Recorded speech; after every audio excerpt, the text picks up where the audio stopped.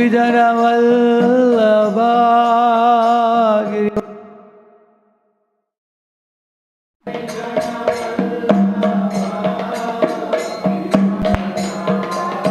Yashodanandan Vraj जनरञ्जन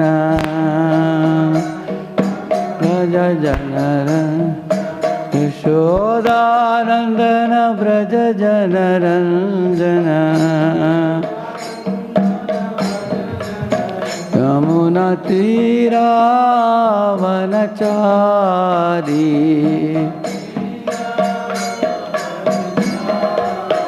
Jai Radha Madhav Kunj Vihari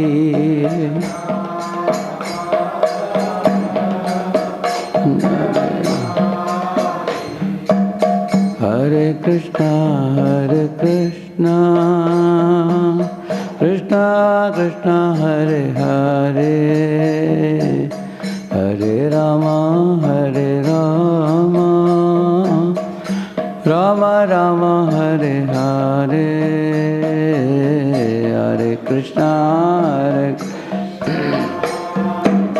Krishna Krishna Hare Hare Hare Ram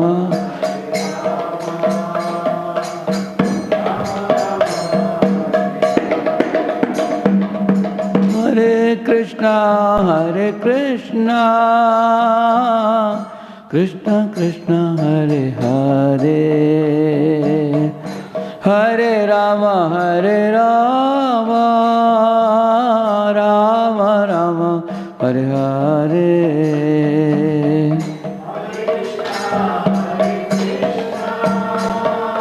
Krishna Krishna Hare Hare Hare Ram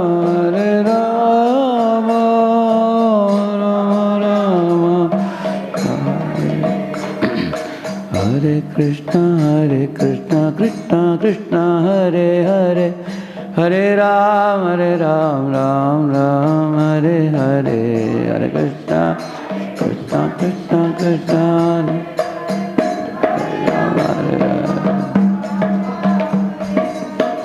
Krishna Hare Krishna Krishna Krishna Hare Hare Hare Ram Ram Hare Hare Hare Krishna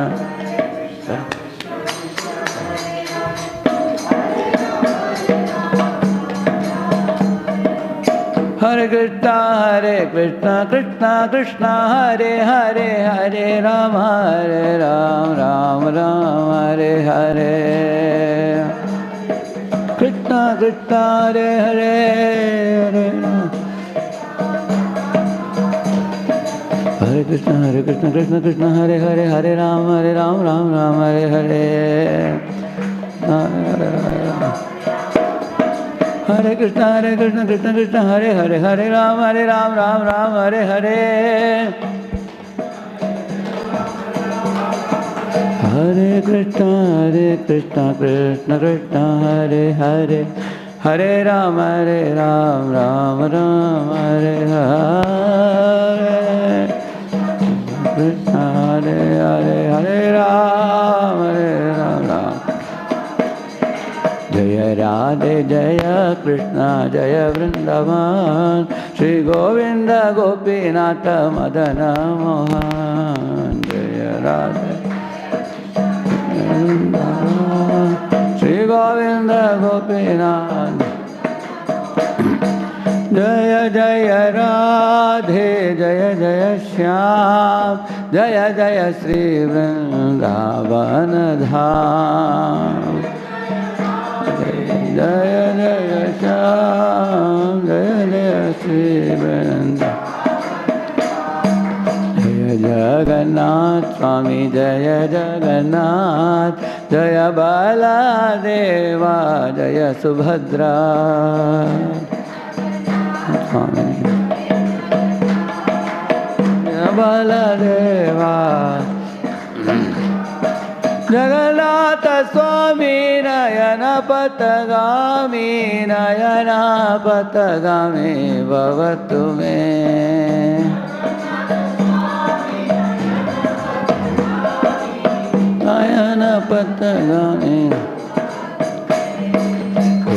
Govinda, Hari Govinda, Venkataramana Govinda, Srinivasa Govinda, Sri Venkatesa Govinda. Govinda.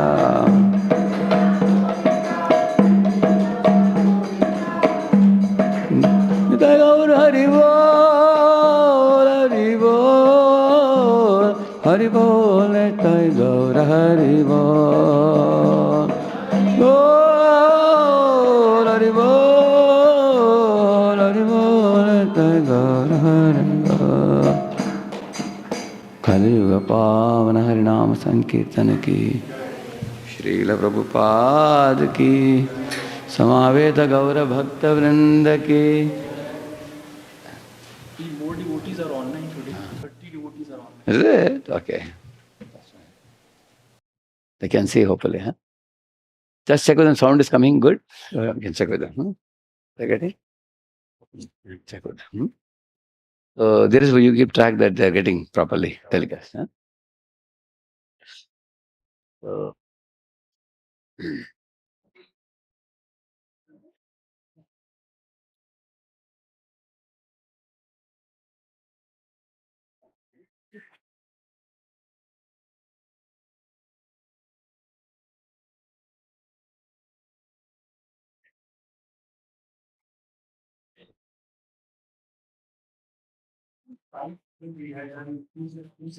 the third session today is a very deep and very vital one today. What we will be discussing. Om Ajnanatimirandasya Jnananjanashalakaya Chakshuh Unmilitam Yena Tasmai Shri Gurave Namaha Shri Chaitanya Manobhishtam Stapitam Yena Bhutale Swayam Rupa Kada Mahyam Dadati Swapadantikam Vandeham Shri Guru Shri Yuta Padakamalam Shri Gurun Vaishnavamscha Shri Rupam Sagrajatam Sahagana Raghunathanvitam Tam Sajivam Sadvaitam Savadutam Parijana Sagitam Krishna Chaitanya Devam Shri Radha Krishna Padan Sahagana Lalita Shri Vishakhanvitamscha Namavom Vishnupadaya Krishna Pristhaya Bhutale Shrimate Bhakti Vedanta Swamin Niti Namine Namaste Saraswate Deve Gauravani Pracharine Nirvishesha Shunyavadi Paschatya Deshatarine Vancha Kalpatarubhyascha Kripa Sindhubhya Evacha Patitanam Pavanebhyo Vaishnavebhyo Namo Namaha Jaya Sri Krishna Chaitanya Prabhu Nityananda Shri Advaita Gadadhara Shri Vasadi Gaura Bhakta Vrinda Hare Krishna Krishna Krishna Hare Hare Hare Rama Rama Rama Hare Hare. So I've just put one more slide just to revise what we have been doing till now.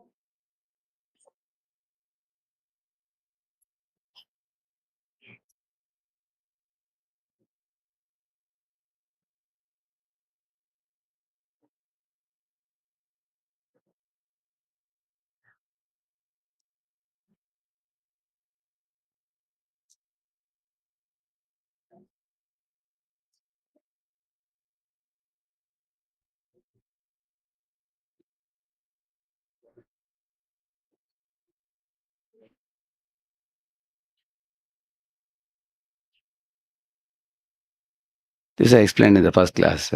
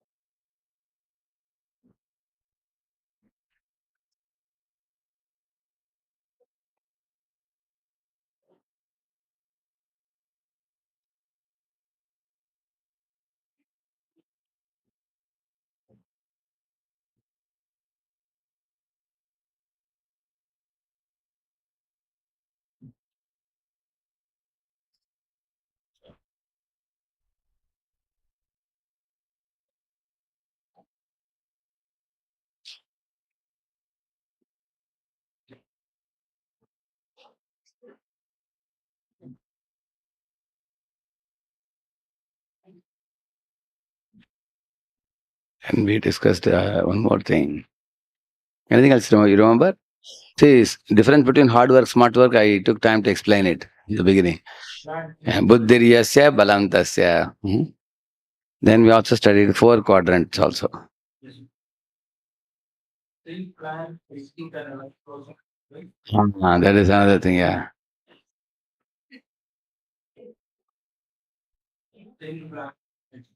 Yeah.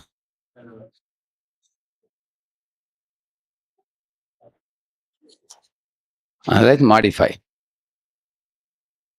By modifying, you do things better in future. Right? That was the next thing, yeah.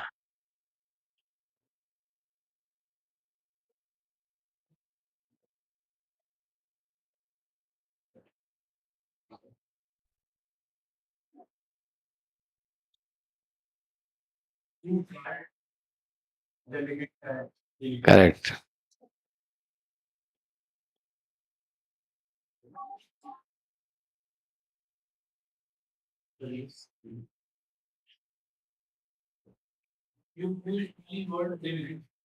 Yeah. Eliminate, no? Yeah. We call it delete because all D's, all 4 D's. Do, decide, delegate, and delete. So in this, which are the 2 important things in this 4 things? Which are worthy and which are useless? Do and decide are the most important. Things which are not that important, you can delegate to others.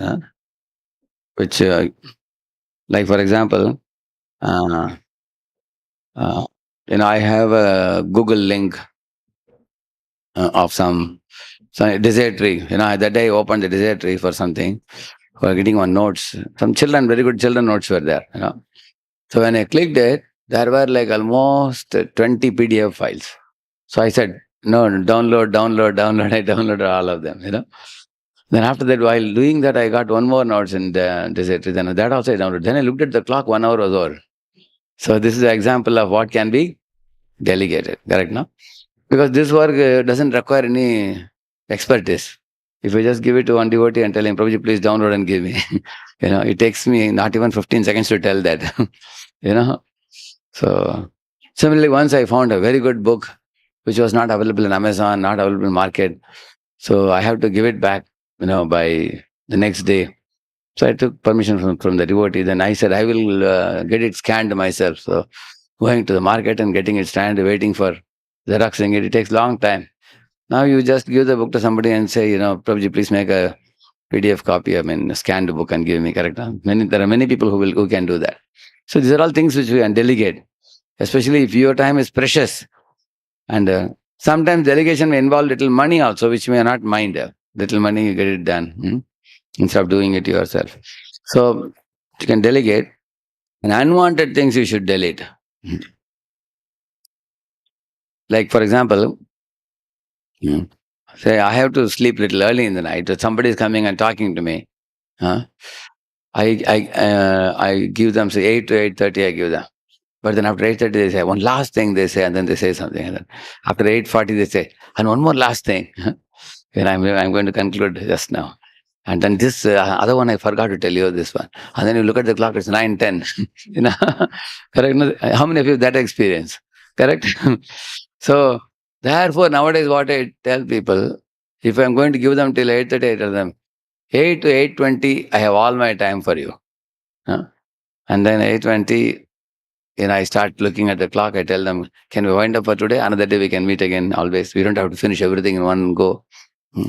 They say, one last thing, and I stretch it up to 8:30 and I leave them after that. So under promise, over deliver. Correct, no? So I promised them till 8:20, but I gave them till 8:30. But I originally intended to give them up to 8:30, but I told them 8:20. Why? Anybody can say? Because I know their nature. Correct, no?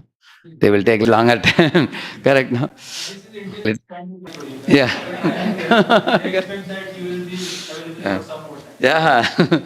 So they expect us to stretch, so give accordingly. So these are some tricks by which you can delete unwanted time, we can say. Actually, some people, you tell them to do something, they don't do it, but they keep on coming to you again and again. So you tell them, first you do what I told you, then we will meet. That also is a way to delete the unwanted time. Otherwise, you waste the time for the same old thing again and again. You keep telling me, there was one fellow who would come 6 months, he came to me 4 times. Each time it took 2 hours. But every time when he came, the problem appeared to be very familiar to me. I said, somebody else had a similar problem, I said. Huh? And then I looked at his face and said, hey, you are the one who... Same thing you are bringing again. So I gave, first time I verbally told him. Second time I wrote and gave him. I wrote some dozen items with my own hand. He was so grateful. He said, Prabhu, with your own hand you have written and given instructions to me. Prabhuji, this will be like my Vedavak for me. I will follow and all that. Third time again he came. I said, where are those 12 things which I have given? Prabhuji, I have put it on my notice board in the room. Only thing is I couldn't follow any of them. you know. So in this way, deleting time, we have to delete the time which there are many time wasters. I showed you last class. You all identified which is Tamaguna, Rajaguna, and you remember that? Some of the, mostly Tamaguna, Rajaguna are time wasting items mainly. So this is 4 quadrants we discussed also very nicely, elaborately we discussed. And in this one is the second one is the most important. Decide or prepare. That I'm going to say 1 or 2 words now. It's very, very important. It is.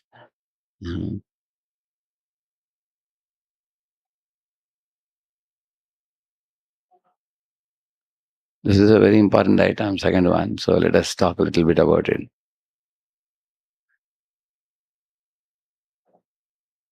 This is called as Quadrant 2, we call this. Just a minute.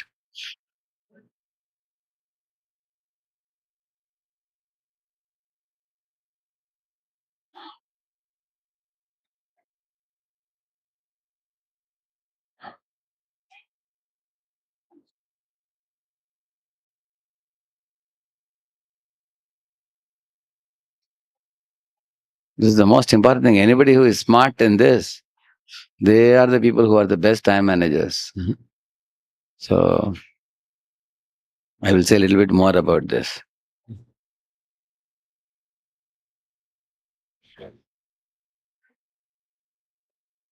So let me take another page and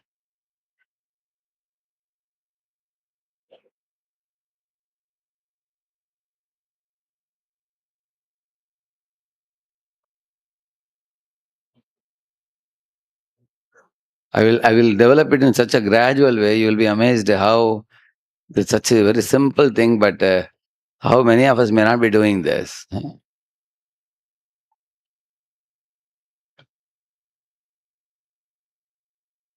See, first what you should do, yes, the first one, taking care of. Bhaktivinoda Thakur says, take good care of yourself, care of your good health, because a healthy mind and a healthy body. Huh? So your body should be healthy, otherwise your mind will be disturbed.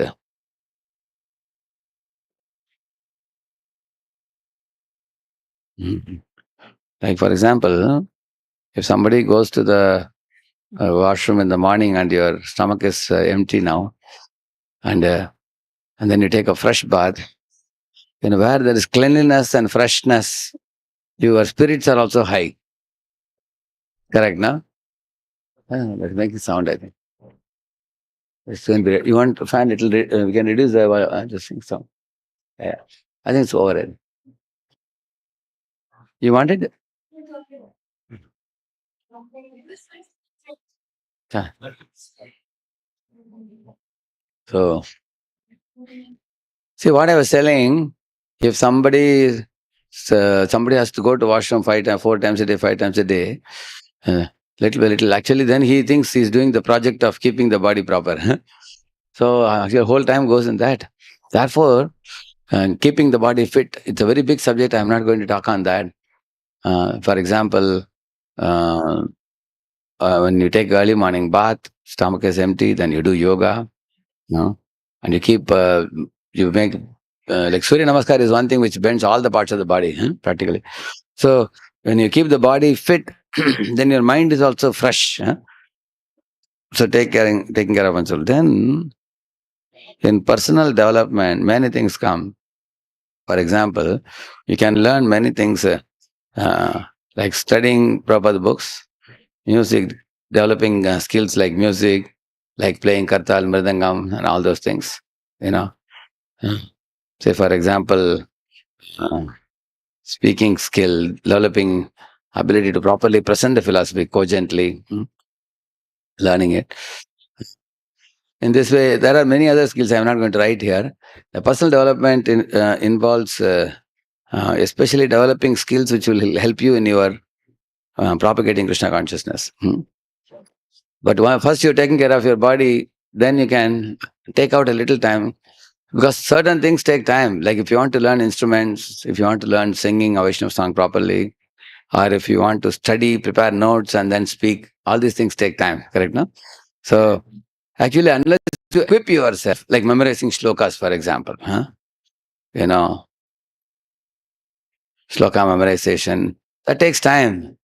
If you don't give yourself time for growing yourself, you won't be able to be effective when you go on the dais, when you go to present yourself to people.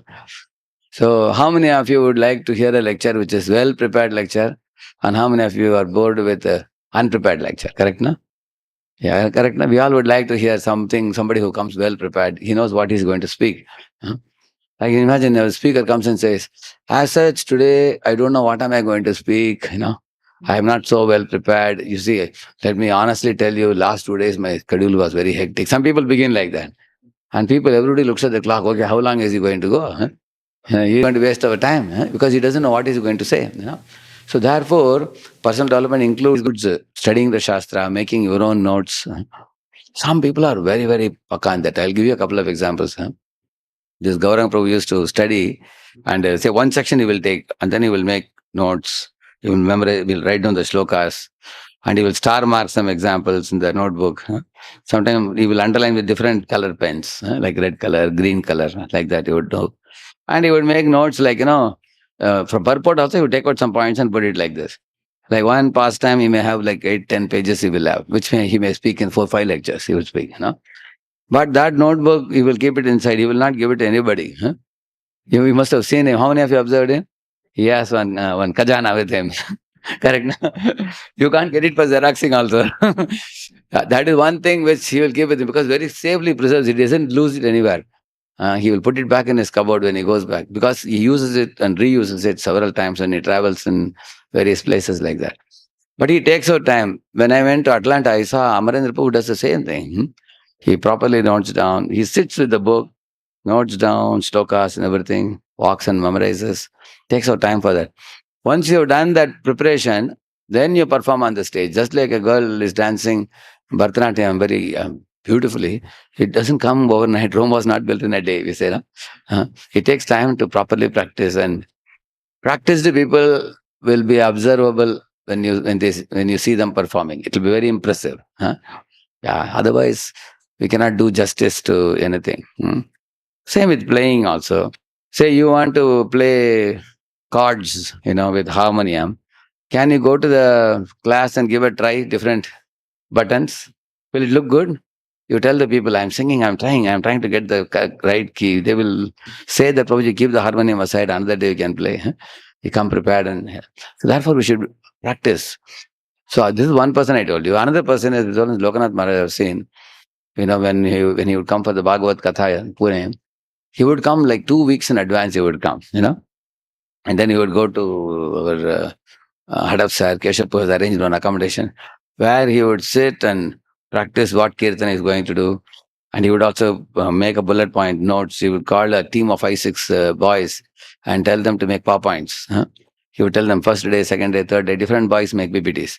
And they make some moving pictures. Very attractively they make it. And then Maharaj develops the subject, what he is going to speak in 7 days. And then PPTs are prepared, music, different days, different songs he's going to sing. Everything is prepared. He'll take a meeting with the people and how are you arranging the program? Well, in advance he comes. So I saw that he is not putting up a, unprepared show for the Bhagavad Gita. Like every day, 3,000-4,000 people come for that. So he is very prepared. So he has one Sanskrit Pandit with him. He is like a Sanskritananda, his name, one of the devotees, which travels with him. So Maharaj learned Sanskrit from him so much that Maharaj wrote a book on Sanskrit Ucharanam. One book also is written. He learned, understood, then he made a book also in that. Similarly, Kirtan, because he's a Padayatra minister in ISKCON, so naturally all over the world he has to propagate Sankirtan. So he took out time to learn things in his own field. Similarly, each of you, somebody is preaching to children, somebody is preaching to girls, somebody is preaching to boys, somebody is preaching to corporates. Ask yourself, how much time do you take out to equip yourself? Giving is another thing, but equipping ourselves. But many of us, without equipping, we try to bring things from our own understanding many times, and that won't come out so well. But if you for example, if you have to give a talk in the college or in the company, if you prepare on the topic from 5, 6 people, you hear and learn the idea of how it is being spoken, correct? No? Have some books with you, have some lectures with you, gather the information, prepare, equip yourself. Equipping yourself, that is the second one, personal development, which I have written. Equipping ourselves will make you beautiful. Then you will be presentable to people. And then preparation, planning, and organization. Anything you want to do, if you do preparation in advance, it will come out well. And this is paperwork. All these 3 are paperwork. You don't need anybody around you. You can just take a pen and pad and do it yourself. Like say, I'm going to Mayapur, 1 week camp I'm going to do for the boys. 1,000 boys are coming. So I will do a preparation for that in paper itself. Okay, 1,000 boys are going to come. So what are the different topics we want to cover? Who can speak? Which of the speakers are good in each theme?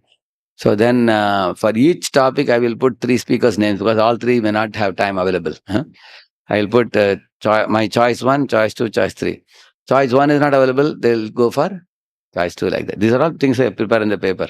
And I send it on to the Prabhu, and then he will go through that and he will call the preachers and ask, Prabhu wants you to do on these things. So then this is done 2 months in advance. 1 or 2 months in advance. So everybody knows the camp is coming and this is a camp schedule and I am supposed to speak this lecture. They also come very well prepared. That's what is preparation. Well in advance. So, and in the same manner, planning, organizing, monitoring, coordinating, controlling, we say, that's one of the activities of a manager. Planning and organization also includes sometimes what crisis can come when we intend to do something. Like suddenly there may be a power cut in the lecture. Is there a substitute sound system available? Sometimes there is a possibility there may be rains. Uh, if boys are staying in tent, what if the rainwater comes inside? Similarly, is there hot water available in the morning? One time we didn't prepare the hot water in the morning. We didn't plan about it. So boys got up. They saw there is no hot water. So almost it took us 2 hours to properly arrange and bathe them. So the whole morning chanting and all the japa class, everything got spoiled.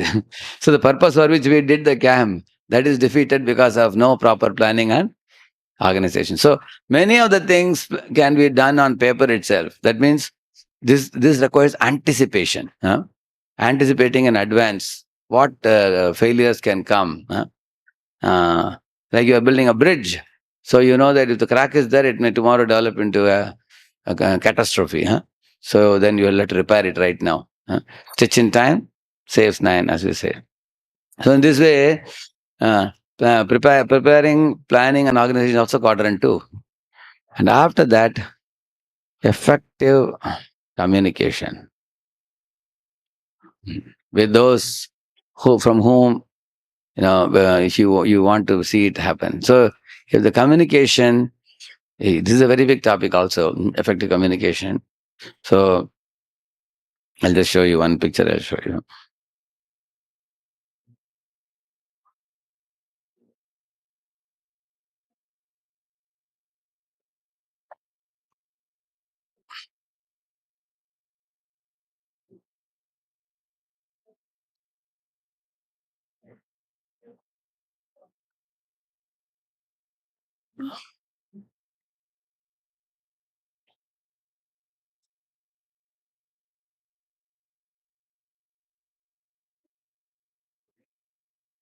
Okay, you can see this one.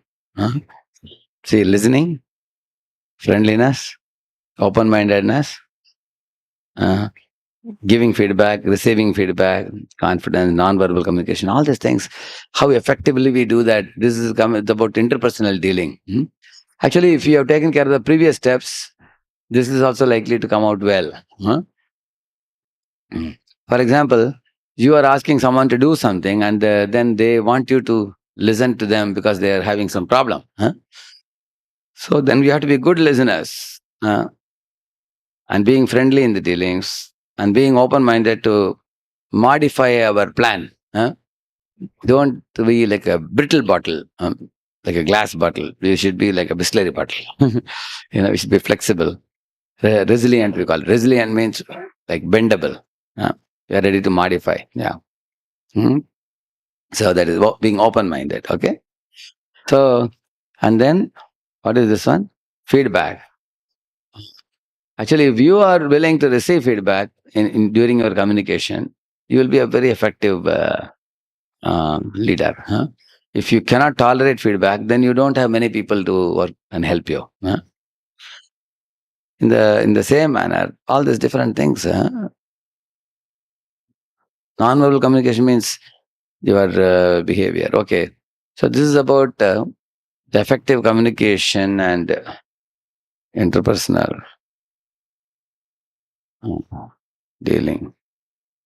This is a very big topic. We have one whole session on that, relationships, how different leaders deal with different people.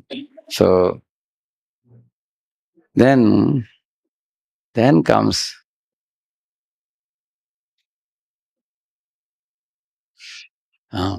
say, for example, one of you start a program and you did a big Bhakti Vriksha program. Some 10, 15 people are coming and you have been doing it for 2-3 years. People have grown now. So I in my travels, I came across one temple which is actually in a stage of a preaching center now. Last 20 years, it's a preaching center. So one of those senior devotees told me that, Prabhuji, last 20 years, the Sunday lecture is given only by the leader. Same person gives lecture. And we all have grown up and we asked him, can we also get some chance to give some lectures? He told us, first you have to become purified. Then only you can give lectures. They asked, when will you become purified? That I will tell you when I become purified. So he has not delegated any work to them. He keeps a key bunch, which is like 20 keys will be in his bunch. He doesn't delegate the management. He doesn't delegate the preaching. And we want to go out and give lectures. He says, no, no, no, you are too young to give lectures. Huh? You are not yet grown. You are like a kid now. Huh? Like that he says. So because of his not delegation, now after 20 years, some of them became bored, hearing the same thing. So they left that temple and went to another temple, which was in the same city, and connected. So this fellow became very angry with them. You people are like unchaste wife or disloyal. Huh? You left me and you're going to some other place. Huh? So they said, you are also not empowering us and you are not letting us take inspiration from elsewhere also. Huh? You are trying to keep us. So he called the other temple and chastised them. Huh? Hey, you guys, why are you accommodating these fellows? Huh? I know these fellows last 20 years. You don't know these guys. Send them back. you know. So they got frightened. Huh? Those people. They say, no, no, no, if this fellow is going to fight, then we cannot shelter you. So then the people below, they said, we will be neither with you nor with this. We will be on our own. Huh? Then they started program as a splinter group. Huh? So then this fellow complained to GBC. These fellows have become a splinter group. Huh? They are running things on their own and they are not bringing funds to the temple. They are not coming to the temple. GBC was calling the splinter group and addressing, hey, why are you guys acting independently? Then they told the whole story to GBC. Huh? Then the GBC caught this fellow, hey, what are you doing? Huh? You are not empowering them. You are not delegating. You want to do everything on your own. See, this person is quite an aged person. Why am I telling you? He may be a wonderful devotee. He's a serious devotee also. But if we don't know the art of delegation and empowerment, we'll be holding on everything in our own grip, not letting others do anything. So that's a very bad habit. Actually, this is also opposed to monopoly. I'll tell you what is monopoly. One department should not try to swallow all other departments. For example, we have the department of CDD, we call it, a Congregation Development Department. So it has many aspects. One of the aspects we have is Sanjeevani, where it makes new devotees, correct? No? New people coming, we connect them. Then there is another department called CSB, which is Congregation. So those who have become new devotees, for them we have services in the temple, correct? No? We have a CSB which gives services. Then we have another department which is Leadership Empowerment Department, which trains the people to become counselors. Like we have this art of counseling, and we have this what do you call it, TTC and other courses and all. So all those things are done by the BVRB. They do it. So BVRB is a separate department. So these fellows are running Shastric study. Huh? Somebody is bringing the new people and cultivating them. Similarly, every department, even in congregation development, there are different departments. They should do their part. You understand, no? So now we have made children preaching separate. We have made girls preaching separate. Similarly, congregation preaching separate. So everybody is under different bucket. And those people can put in their, head and then work hard and develop the department very big. But if all those are kept under one department, will it grow? It will not grow. Because the person cannot put the best, because the time is also a factor. One department cannot do full justice. So therefore, the delegation empowerment is very, very important. And people also feel very joyful that I am given the service. They identify with the service and they put in their effort and they do very wonderful things. So delegation empowerment. Now, after that comes one big thing. So 5 types of leaders. You see,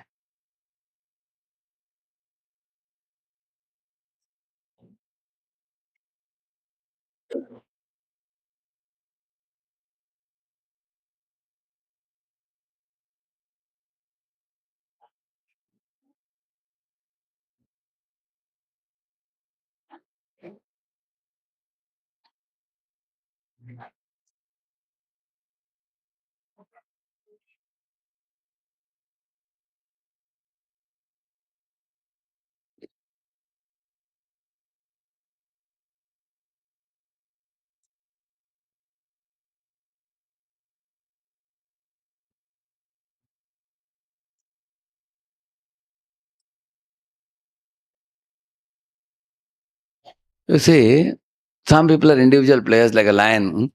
A lion will do its own work. It will not depend on anybody, which is not a bad idea. Some people can, you give them some task, they will do it. But the moment you make them serve with another devotee, there will be quarrel. And in that quarrel, they will spoil the work and both of them will develop, bitterness and all those things. So these people are actually not fit for working with anybody. So you have to identify some seva which they can do on their own. First category. And they're good people actually. They can work very hard. And second one is a very good team player like the ants. See, ants work in groups. Correct, no? Like lion works alone, but ant works in groups. So they are like ants. They don't like to do things alone. They like to be with other devotees, work in a group and then bring some good results like that. So that's the second one. Third one is a person who can actually be a leader. What is the difference between the second and third one? Galvanizing talents of team members by bringing a united vision, convincing them all of one common vision and encouraging them, respecting them, tying up them all together as one team, giving the sense of we and not I, to move from I to we. If we can do that and then achieve some goal, like book distribution, somebody is heading, or somebody is heading the kitchen, or somebody is heading the data department like that. So that's a team leader, one who has to lead the team. The fourth one, this is a very amazing thing. The fourth one is extraordinary,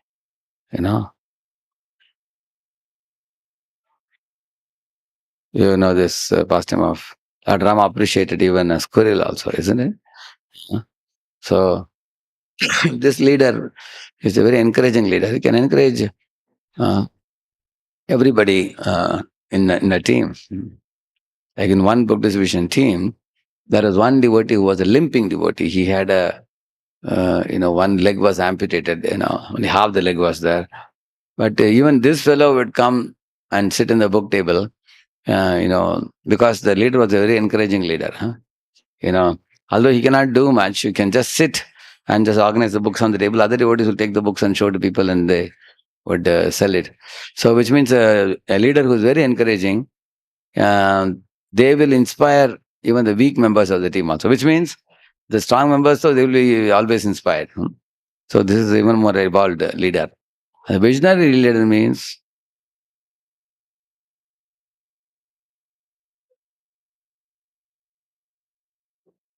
correct, no? So visionary leader is one who actually, okay, what does a visionary leader do? Any work you do, see, idea. And it's not coming, huh?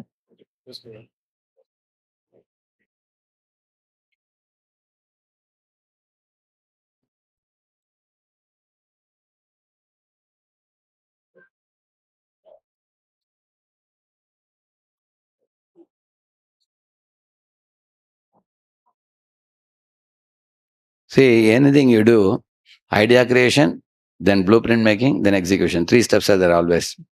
So, vision leader is supposed to either create ideas himself or inspire people to generate ideas as a pool and pull up all the ideas together and then come up with a very good vision for the expansion of the society, development of our ISKCON society like that. And then when he gives ideas, those are put into blueprint form, which means action plans. Who can do what is to be done by when? So make a blueprint for the work, correct? No? Then the third one is executing what is being, told from the top. So these are the 3 levels. So vision leader is one who is supposed to do that idea creation work, that type of work. So every one of us, we have this opportunity to evolve either to level 1 or level 2, level 3, level 4, level 5.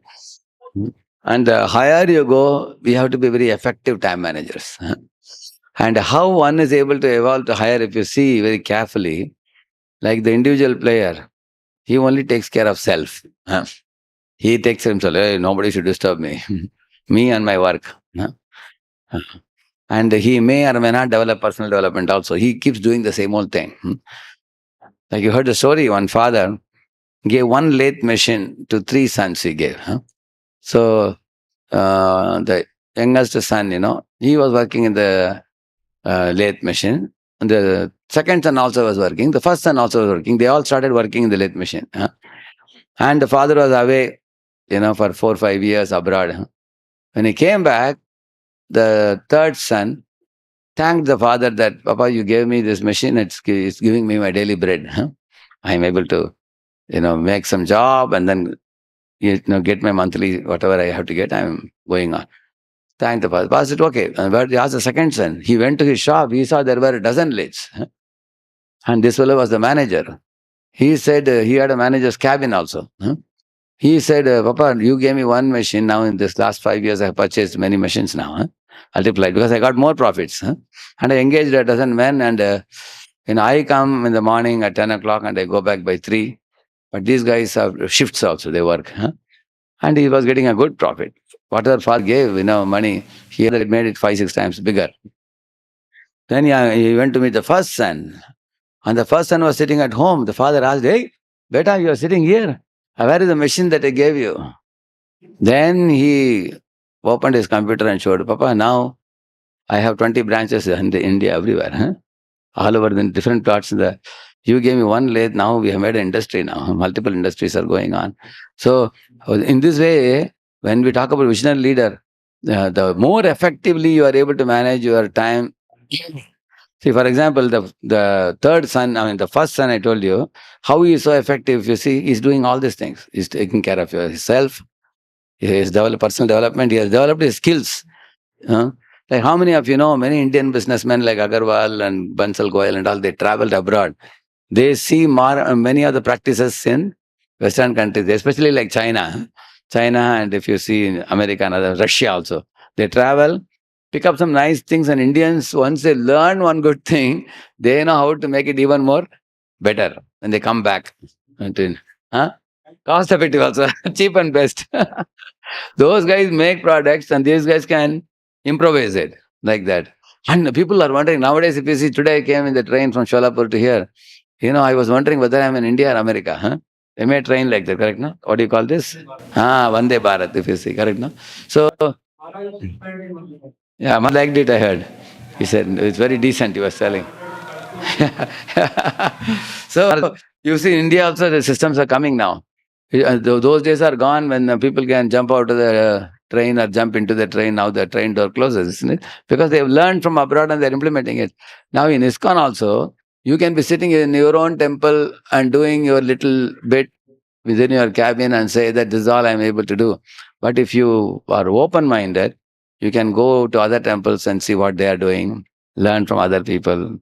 Further, you have to give up our false ego, correct? No, see here, the preparation, planning, organization, after that effective communication comes. If I am too much afflicted by false ego, I cannot take any idea from anybody. No? Somebody says, Pauji, why don't you consult the devotees doing service in the same field? What do you think? You think I don't have any ideas? You've seen people asking like that. You think I'm a muff? I have to consult that fellow? Let him come and consult me, he says. Then he gets stuck in this place only. He cannot go ahead. Correct, no? Same with delegation empowerment also. Like, some people are worried that if I delegate to my subordinates and if they do something very effective, world will say that they did it and I may be sidelined. That fear is there. I may be not recognized. I may be sidelined. Better that I slog hard and die also, no problem. But I will do dying. They feel like that. They cannot. Therefore, some people don't go beyond individual player. Some people can become team player. Some can become team leader. Some can become such a good team leader that they engage everybody. So actually in ISKCON, yes.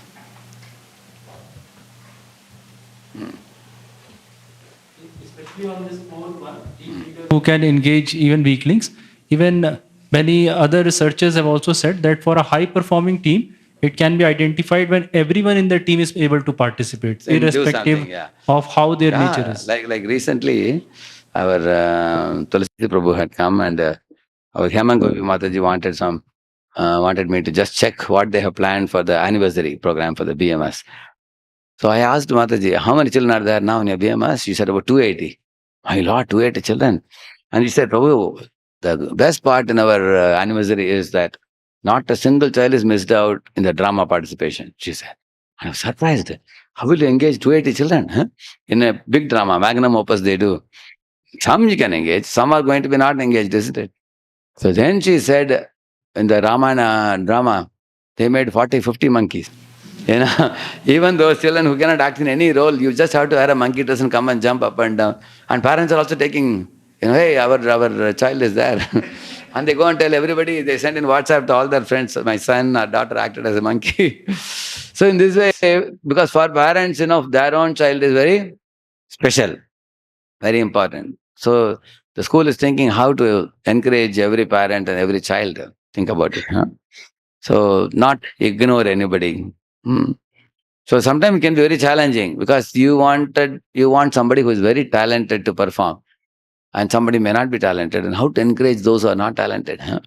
So one has to find out what else can they do by which they will not feel discouraged. Huh? Idea is, if you allow the weaklings to send out grievance signal, they will spoil the spirit and mood of the whole team. Huh? So they should also have something meaningful to.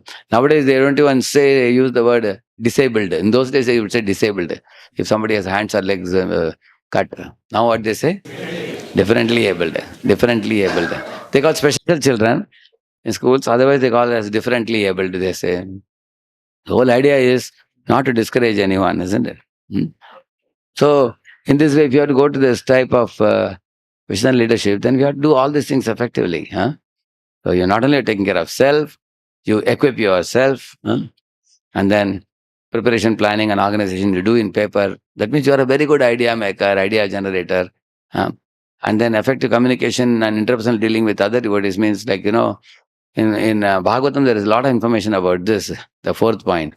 Gunadikan mudam lipset anukrosham gunadamat maitrim samanad anviche natapai ravi bhuyate. That verse says, those who are superior to you in quality, be jolly to learn from them.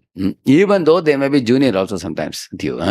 Sometimes a junior has something more valuable than what we ourselves have. We should be open-minded to learn. Superior not only means that they are senior to you and superior in age to you. Sometimes, like you see, Gauranga Darshan Prabhu is maybe younger in age and joined late, but he has a lot of valuable things to offer the world. So many Subodhini guides he has made. Whole world is using. Somebody may be younger, but we shouldn't feel hesitant to take help. And then don't feel envious of such people who are better in quality than you. Because the better quality they possess is coming from Krishna. Krishna is empowering them. If you envy them, you are envying Krishna only. So, Gunadikan Mudam Lip said, Anukrosham Gunadamat. Somebody may be inferior in quality to you, in the sense that, in what sense they are inferior? They may not, according to their guna karma, they may not possess certain things and they may be in need of help. So, just like a mother gives a toddler a helping hand, like that you help them, guide them rather than ridiculing them or mocking at them or talking bad about them or something. So, and then those who are equal to you, which means some people are in the same field as you. You are a preacher, they are a preacher, you are a book distributor, they are a book distributor. Don't brag about yourself, but also be willing to listen to what they are doing. Sometimes they ask you, what are you doing? So you may say something, but then you ask them, what are you doing? Appreciate one another. Like that he says, for good interpersonal dealing. And so much can be said on this fourth point, because how we lose people is because of our certain type of mindset only. There is a story of how once an elephant was going in the street. You want to ask a question? Yeah. Yeah, please. Where is the mic?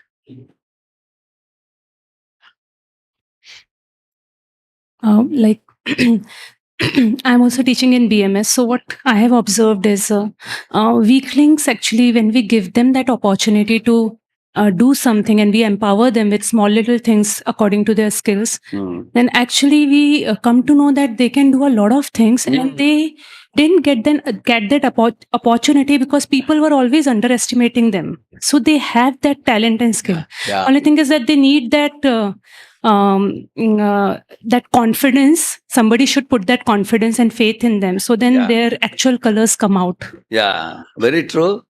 And one interesting thing in this is you save your energy also. Like, for example, I took all of you to the farm, in a Vella farm. So you all did most part of the presentation. I could relax behind because the previous week was very hectic week for me. you know. So on one hand, when you gave presentation, many of the team members were very happy and ecstatically they feel because they were given a chance to, put their ideas together and prepare and present. So then that way you are making them think, making them cooperatively prepare something together and then give a presentation. And then which I evaluated and I added some more points to that. So in this way, sometimes what we ourselves can do, if somebody else is allowed to do, they feel grateful also. And then that way we don't have to struggle, strain too much. And tomorrow they will become very qualified because you gave them opportunity to process the knowledge what they received, and they could exercise it. Yeah. So I was just about to tell you one short story. Once, arrogant elephant was walking on the road, and then he saw some ants crossing the road, and he started pounding on them. So the leader of the ants came and said, "Hey, God has given you a big body, doesn't mean you have to torture others." And the elephant laughed and said, "You tiny guys, how tiny you look. I can make a chutney out of you," he said. Then the leader told all the ants, he put a curfew and said, "Everybody go into the hole." They all went into the hole.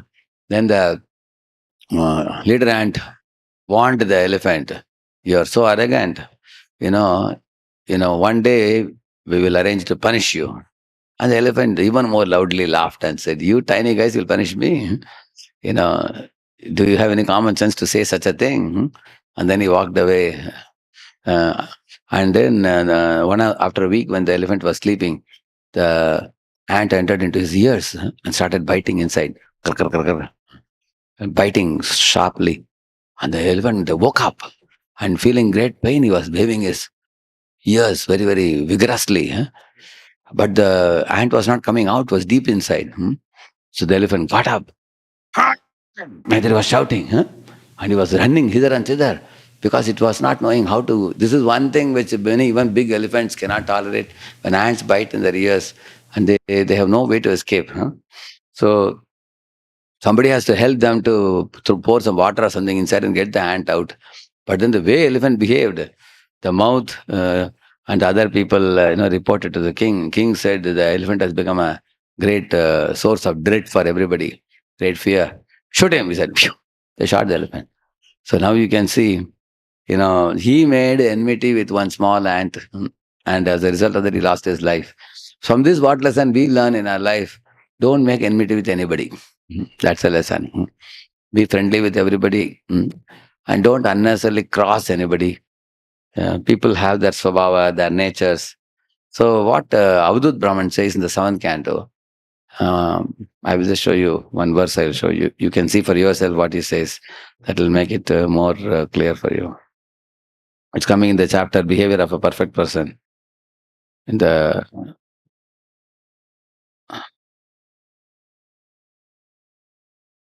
I don't know, Behavior of a Perfect. This is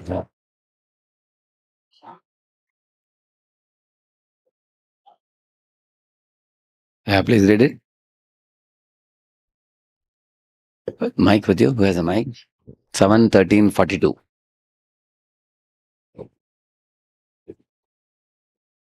Different people are of different mentalities. Therefore, it is not my business either to praise them or to blaspheme them. I only desire their welfare, hoping that they will agree to become one with the Super Soul, the Supreme Personality of Godhead Krishna. Yeah, actually, Arjuna was different from Krishna in the sense that Krishna had one opinion, Arjuna had a different opinion. In the beginning of Bhagavad Gita. At the end of Bhagavad Gita, he said, Karishye Vachanam Tava. Then Arjuna and Krishna becoming one with the Super Soul means one in opinion, one in consciousness. But people are all having different mindsets where they are not aligned with the Super Soul. Whereas this Avadut Brahman, he was aligned with Super Soul. So what he is saying, when I come across people who have different mentalities, I don't try to fight with them or quarrel with them or something like that, he says, because that causes a lot of disturbance. Now you may have a question, then how do we preach then? Should we preach or not to people? So once Radha Gopinath Prabhu was telling that if you throw a rope, people who pick up, you are in the ship, you're throwing a rope. Those who are picking up the rope, pull them in. You don't have to jump out of the ship into the water and chase after the fellows who are swimming away from you, away from the ship. Even if you swim a couple of kilometers and catch his collar and say, "Hey, a ship is here, where are you swimming?" He will say, "I know it very well, get lost, I don't want to come," he will say. Huh? So therefore, we don't chase after people. That's the whole point. Huh? Interested souls are there. So don't unnecessarily fight with living entities. Then you can't do proper interpersonal dealing. Another important thing about interpersonal dealing is, the heart formula. You know the heart formula, HART. Humility, encouragement, appreciation, respect, and tolerance. If you have the heart, you can deal with many people around you very nicely. So humility means unassuming, friendly, like Prahlad. Huh? Very unassuming and friendly with his friends while preaching. Correct? No? Humility. No arrogance, no superiority complex. And secondly, the encouraging means, there is a difference between encouraging and appreciating. Encouraging means seeing good potential in those who are going to do some good activity. Like Prabhupada saw some good quality, a spark of Krishna consciousness in the hippies. Huh? That is called and encouraging them. Please take gulab jamun. No? Please take prasad and come to the class. Like that's encouragement. Appreciation means recognizing good work done. So if somebody has done a seva, appreciating them. And R means respecting everyone means, knowing the individuality of different living entities and not trying to clone them, but allow them to be what they are and do something for Krishna. That is respect. Mm. Respecting their individuality. And T means tolerating our superiors. Sometimes superiors may give us feedback or correct us or chastise us. And if you are going to fight with them, then we go nowhere. Uh, we That's why Guru and disciple relationship, one of the first shlokas they recite in the ashramas, Sahana bhavatu sahanam punaktu sahaviryam karavavahe tejasvina vadhitamastu ma vidvishabhai. Om Shanti Shanti Shanti. In this verse, the meaning is, "Oh Guru, I am in your ashram. Let me not have difference in opinion in the philosophies, and let me not break my relationship with you and go away. Then the effective knowledge will not be transferred to me. Huh? So let me be patient. Let me be sober. Let me be respectful to you." That's the meaning of this prayer. So interpersonal dealing can be spoiled if we cannot tolerate the superiors who are sharply instructing us, or if we are not humble, and if you are not encouraging others and appreciating others. Sometimes what happens, we think that, hey, this devotee is with me for so long. Well, why does this devotee need encouragement? Only newcomers need encouragement. We think like that. you know. So these are all some tips for the fourth step. And Actually, effective communication is different from just interpersonal dealing. Like effective communication means, like one day in one temple, one devotee came to the morning program time. He came and said, "Prabhu, Tulasi Puja," he said. And the devotee said, "Okay," he said. And then he went to another devotee and said, "Prabhu, Tulasi," he said. He also agreed. And as soon as the Tulasi Harati was about to start, both of them came to the mic because they both thought they are supposed to sing. He said, "Tulasi," he said, because he didn't convey properly. So both wanted to sing. So one of them said to the other, "Prabhuji, he told me to sing." He said, "No, he told me to sing." And there for worshipping Tulasi, there is no one available. So what is the meaning of that? What happened exactly? He wanted one to worship Tulasi and another one to sing. But he said, "Tulasi," so they couldn't understand what he said, correct? No? So both of them thought we are supposed to sing, they thought. On the other hand, when I went to Belgaum recently, I saw in the temple. So first day I was there, one devotee came in front of me, stood right, not in the side, he stood right in front of me and said, "Prabhu, would you like to do Tulasi Arati?" Practically he did for me like this. "Prabhuji, would you like to do Tulasi Arati?" He said, "Would you like to do?" I said, yes, I will do. I said. And next day, morning he said, "Prabhu, would you like to sing Tulasi Arati?" So from his action only I could understand he wants me to sing, correct, no? So we have to communicate properly. Otherwise there can be miscommunication, misunderstanding. Yes, Prabhu. Hey, give the mic to Prabhu. Mic.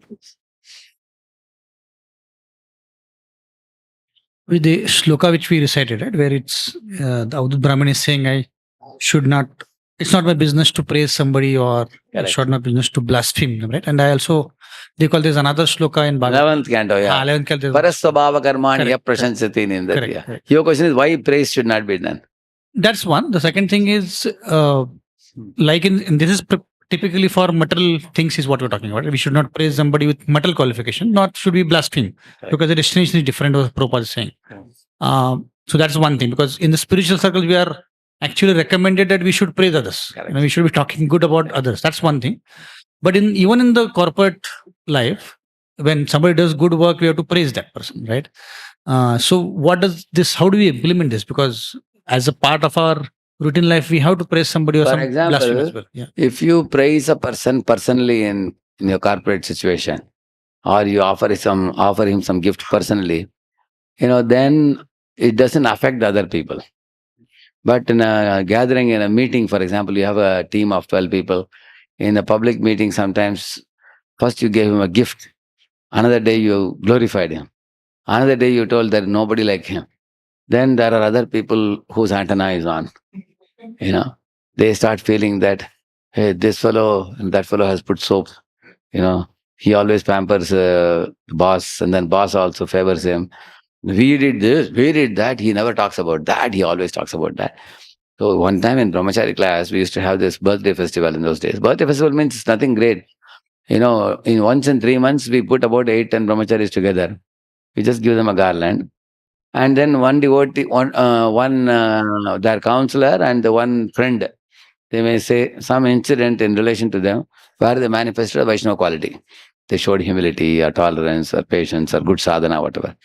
They will say, and I will also add something.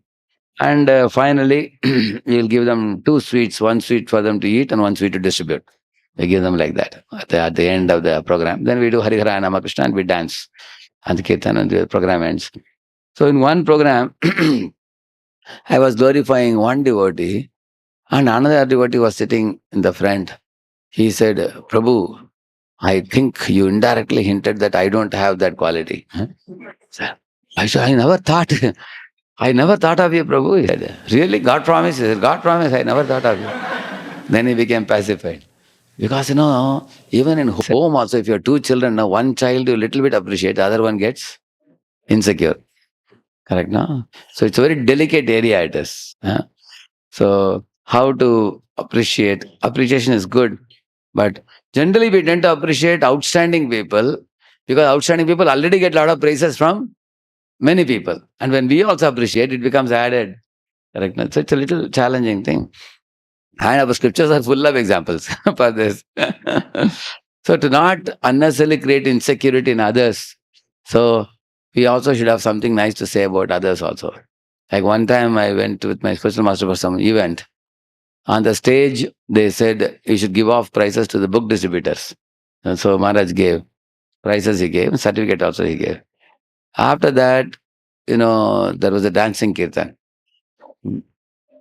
And then the group leader came to me running and saying that, please tell Maharaj, we all want to sit around Maharaj and we want to take one photo after the kirtan was over. So then I went to Maharaj and said, Maharaj, all these book distributors are standing in the front with certificates. They want to come and take one photo with you. As I was telling Maharaj, he got up and practically was running off the stage. I ran behind him. Maharaj. Maharaj just nodded the head and he was going ahead. I don't know why he was going away. Then I got down the steps and went behind him. He was going to the kitchen to see the cooking team. So on the way, he turned around and whispered to me, these guys already got what they wanted. They don't need my photo anymore. But I have to give time to the fellows in the kitchen whom nobody pays any attention. He said, poor fellows, they are sitting and standing in front of the fire all day, cooking. Nobody goes and appreciates them. They deserve my attention. And these guys already got the limelight prizes from me. Certificate, that is enough for them. Now they want one more thing they want. Better I go here, he said. Because Maharaj also knows, because these guys will take the photo and send it to kitchen people. See, Maharaj, gave us prize also and he gave photo also. So Maharaj likes to stand in the kitchen with one chamach in the hand and tell them, now we take a photo of that. I am also interested in kitchen. How many of you have seen Maharaj in kitchen? Correct now? Yatra time. Yeah. See, Gaurang Prabhu and Maharaj, both of them you'll find them in the kitchen. The whole idea is certain departments are a bit neglected and they deserve to be encouraged. Correct, no? Others anyway get encouragement. Anyway, their names are published also, the world rank 1, world rank 2. Correct, no? Yeah. So, in this way, your capacity to do more and more service in the mission of Prabhupada is increasing. Just see, individual player, team leader, who can even engage weaklings. Hmm. Like in one place, one leader had done such nice engagement. I'll tell you an example. In my travels, I found what he did. There are 4 boys. They're married now recently. These 4 kids, 4 young men, and they are newly recently married. So they cannot give lectures and all. Huh? One of them is good in mridanga. One is good in guitar playing. One is good in singing. Very good singer. So he combined these 4 fellows and made one music team for their congregation. And in Janmashtami time, every evening these guys go to some rich people's homes and they will put up a very good program. Huh? They will take the Lord's pictures with them, and husband, wife, both of them go, and the ladies talk to the Matajis. And the men, they do the kirtan. Uh, if you tell them to speak cogently, they cannot speak for 5 minutes also. They don't know so much to speak. They're very afraid also to speak. But kirtan, they do very well. But the temple is getting a lot of advantage with this team because these fellows first go and start kirtan and the speaker comes 1 hour later. And then gives a short talk and then speaker can go off. Then these fellows will again do kirtan on the program. So in this way, somebody may have some talent, and if we can identify that and engage, that's how the leaders mean they should be intelligent, how to engage everybody. Yeah. Like I was telling one example of how in America there's an old Mataji. She's like 82, 83 years old. When she was young, she used to go for book distribution with others and all. Now she's very old now. She cannot go out of the house. But her heart is like desperate. She's thinking of the Sankirtan team, which is going to a certain place. So this Mataji is making some sweets and putting it in a packet, neatly clipped, in the mouth is clipped, and then she makes like 150, 200 packets. And then she called one devotee and said, please take this to that MSF, Monthly Sankirtan Festival, so they can distribute. I was just thinking, you see, her heart wants to serve, correct, na? So now, if the yatra leaders are intelligent, they can engage such devotees who have a desire to serve, although that physically they may be incapable. So in this way, that's a 4th level leader. And vision leader means one who can generate newer and newer and newer ideas to expand the movement of Srila Prabhupada. That's a missionary leader or a visionary leader. So for us to do these kind of things, if you want to go to the 4th or 5th stage, you have to be a very good delegator and empowerer of others also. Because for scaling up activities, you need a lot. For example, I give a lot of my attention to the leaders in many yatras. Like here, I'm doing the SLATE group. In Hyderabad, I have 3 SLATE groups, each with 35 people, 30 to 35 people. So I did this, malt lectures in Hindi, you know that? Managers and leaders training. Then I did art of counseling. Why did I do all these things? Because if we keep this, the leaders are trained, they are not going to keep quiet. They will certainly start preaching, and the activity scaling will automatically happen more and more. So on the other hand, imagine if I don't do these things, I myself go for programs and I just keep doing program 7 days in a week. I do 7 programs. That's all. Then I will remain in level 1 only. You see, on level 1 or level 2 at the most. We cannot do many activities, and we can't scale up the activities. So now, what is the difference between one very important question?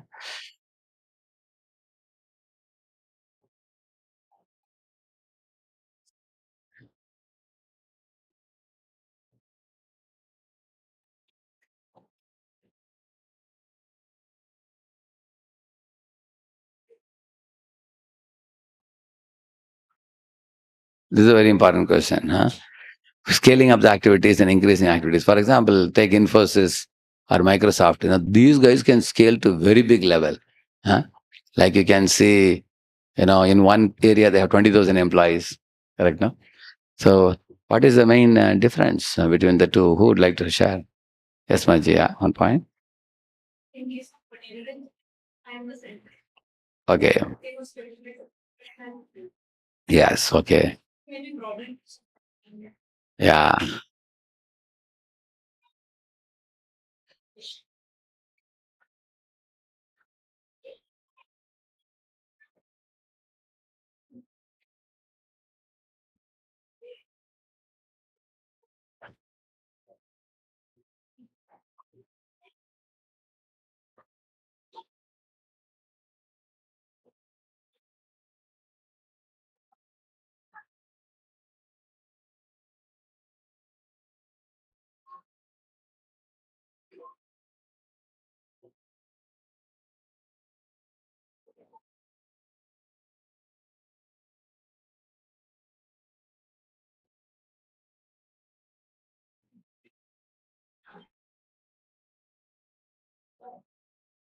Okay. So,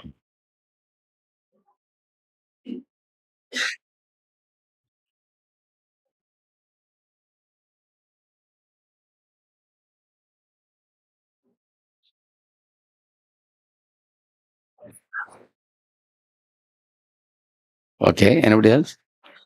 Prabhuji, so material scaling activity, it doesn't solve the problem, it creates more problems. Yeah. And What type of problems it increases?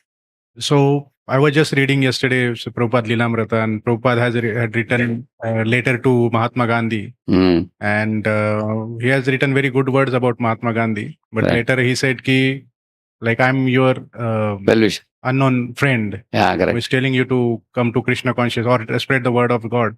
Yeah. Because if you are scaling or you are doing more political work, but it is not helping. Yes. Like you are trying to unite, but Hindu Muslims ultimately fought and Correct. created a separate nation. Yeah. So One thing we can calmly say is, these activities only material engagement and do not solve the real problems of life. Huh? On the other hand, here, spiritual activities are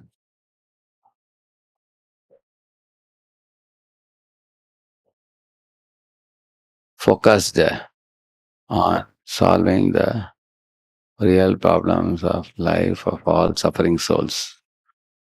So sending them back to Godhead. Correct, no? So here if you see, here money is the goal. Correct, no? That's what keeps them going. All living entities cooperate for what? Well, everybody knows. Why we have to cooperate? Even this Bangladesh cooperated with India now only because US, our Trump said, I will stop all the supplies because 90% of their business is with US.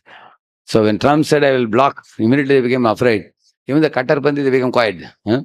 That because in this way, world, ultimately money speaks, correct? No?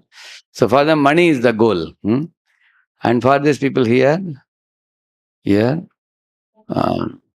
Jivedaya, Vaishnava Seva,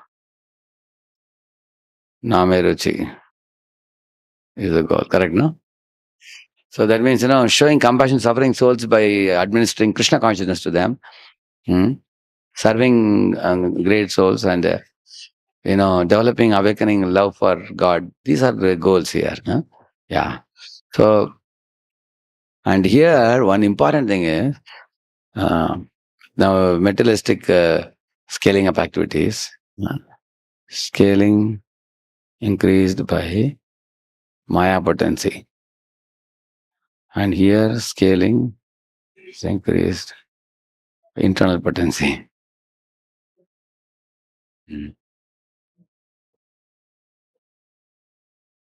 And all these people are in Maya's shelter and experience material anxieties increasing day by day.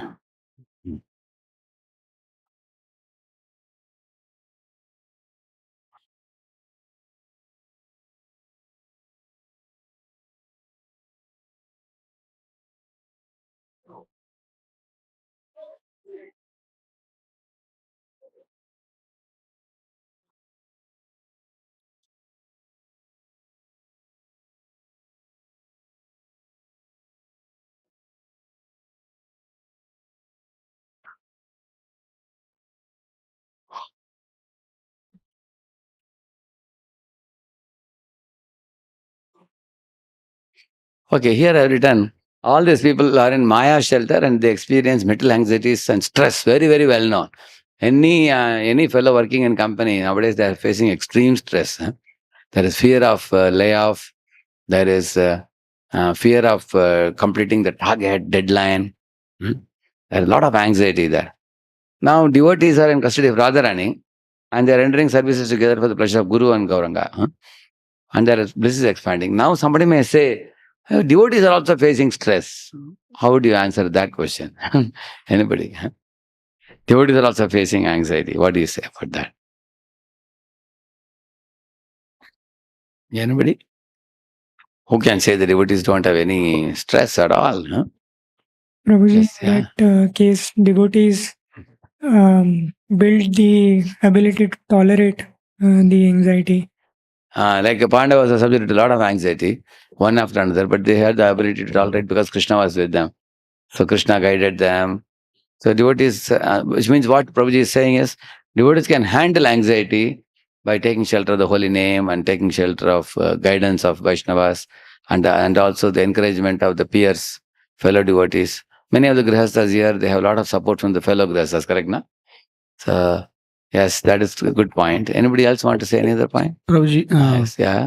spiritual anxiety actually helps us to grow in spirituality. Correct. Whereas material anxiety actually suppresses people. Yeah, Like correct. recently, in my team, one of our team member had to take 2 months off because there was a lot of stress for her. So, but in spiritual anxiety helps us to grow. Yeah. And in one of the class I heard, this was a class on Smaranam. So this Prabhuji was saying that if you want to remember Krishna 24/7, you should actually build spiritual anxiety. Because let's say if you take a goal, big goal, then you will have a lot of anxiety and you'll remember Krishna and seva for that. Very good. Just like Yashoda has anxiety also, whether Krishna is safe. She's telling the coward boys, hey boys, take care. The monkey should not scratch my son's body. Or the cow should not put their hoof on his thighs when he's sitting on the ground. Take care. Or there are many kunds in Vrindavan, he should not fall into the kunds. She's telling Balram, please take care. Like that, many, many things she's saying. But her anxiety is spiritual anxiety. And spiritual anxiety actually continuously makes one remember Krishna. It doesn't make... material anxieties make us forget Krishna. Whereas spiritual anxieties make us remember Krishna. That's a very good point. And as Prabhuji said, yeah. In case of the materialist, the nature of anxieties only transform. Like certain time we simplify our commutation by introducing vehicle, but then we introduce traffic, which ultimately lands up in More more trouble. time. Now, when it comes to spiritualist, the anxieties we also take in terms of either spreading Krishna consciousness, Yes. our own practice. However, we have a cushion of Krishna also and he is also a dynamic person. So certain time we may be ignoring something, but Krishna will put us in place so that we are rightly situated. And we are constantly witnessed by him and then guided. He makes devotees guide us or himself guides us. And we are not acting independently. Whereas in their case, they are under Maya. They are not under Krishna's internal potency. Very good. Nice. So we'll write that also. We can write that. I'll say the term of Krishna insurance. I mean, there is some insurance cover for us. Yeah. To handle it. Yeah. Yeah.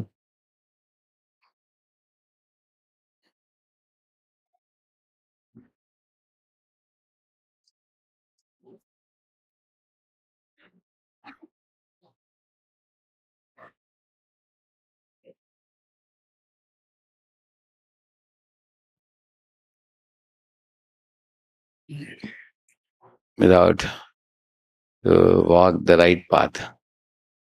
Very good. Yeah. So one important thing I wanted to make here for all of us, see, whatever you may say, outsiders expect that devotees should be mature and peaceful. How many of you think about that? Correct, no? Yeah. So therefore, although it is true that we are taking spiritual anxiety and everything, nevertheless, we have to be cheerful, calm, cool, and collected. And that is going to go a long way in making new devotees. If you are not going to be properly situated, then You may say that, I became angry for Krishna's sake only. I want to protect the devotee, you may say. But ultimately, at the end of the day, many people misunderstand us. So we have to take care. That's the reason I began with, I was telling you about, first taking better care of oneself, and then personal development, all those things I said. So then the personal development, one more thing you can add is learning the art of patiently and peacefully solving a problem without becoming panicky. Right? Some people become very panicky, and see, if you are very panicky, then all people around you feel also fear. Correct? No? They say he's a grown-up devotee. When the grown-up devotee is so panicky, they will say. But some devotees online also wanted to interact something. Yeah. Please go ahead. Yeah, devotees online may kindly unmute themselves and speak. Prabhuji also. Yeah. Krishna Prabhupada. Yeah, go ahead. Yeah. Yeah, Mataji, please go ahead. When we develop our mode of goodness more, we try, as devotees, we try to develop our mode of goodness more.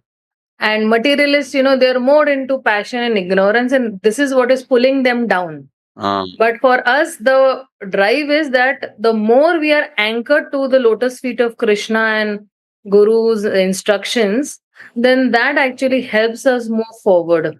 Okay. As such. So Good. for us, actually, the material well-being follows the spiritual well-being. Yeah. Prabhuji. That's good. So I will write that point also. Huh? I'll put it in the first one only. I am the center. They are driven by passion, money.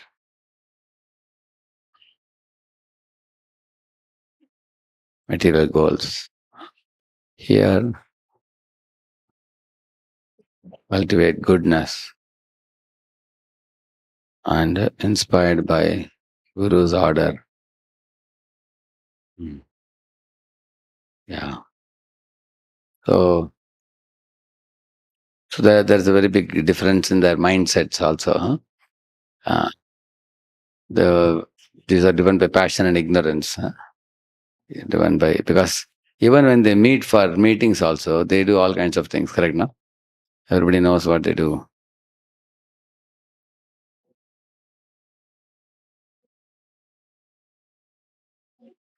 Yeah. So you all are getting some idea. Huh? A devotee always thinks that, the Antaranga Shakti, Radharani is at the top. She's the service awarder, ascending service, descending mercy. And now I am offering service to the seniors, and then it's going to the Guru and Guru Parampara, ultimately to Radharani. And then Krishna's mercy is coming in my life. And what is Krishna's plan? Let us curiously wait. Huh? And like that, a devotee thinks rather than considering oneself the center. So why am I putting all these things? Because right type of leadership means we should be on the right side. Huh? Of a spiritualist mindset, we should have. Materialistic mindset is very bad. No good. It's likely that sometimes a devotee may also be like a materialist, especially when they are driven by the gunas. Huh? If lower gunas. It's not the devotee cannot be in lower gunas, because there is also bhakti in Sattva-guna, Rajoguna and Tamaguna. Correct, no? So you have to be very careful. Like, for example, somebody is distributing books because they want to show to the world that I am a very great distributor, correct? No?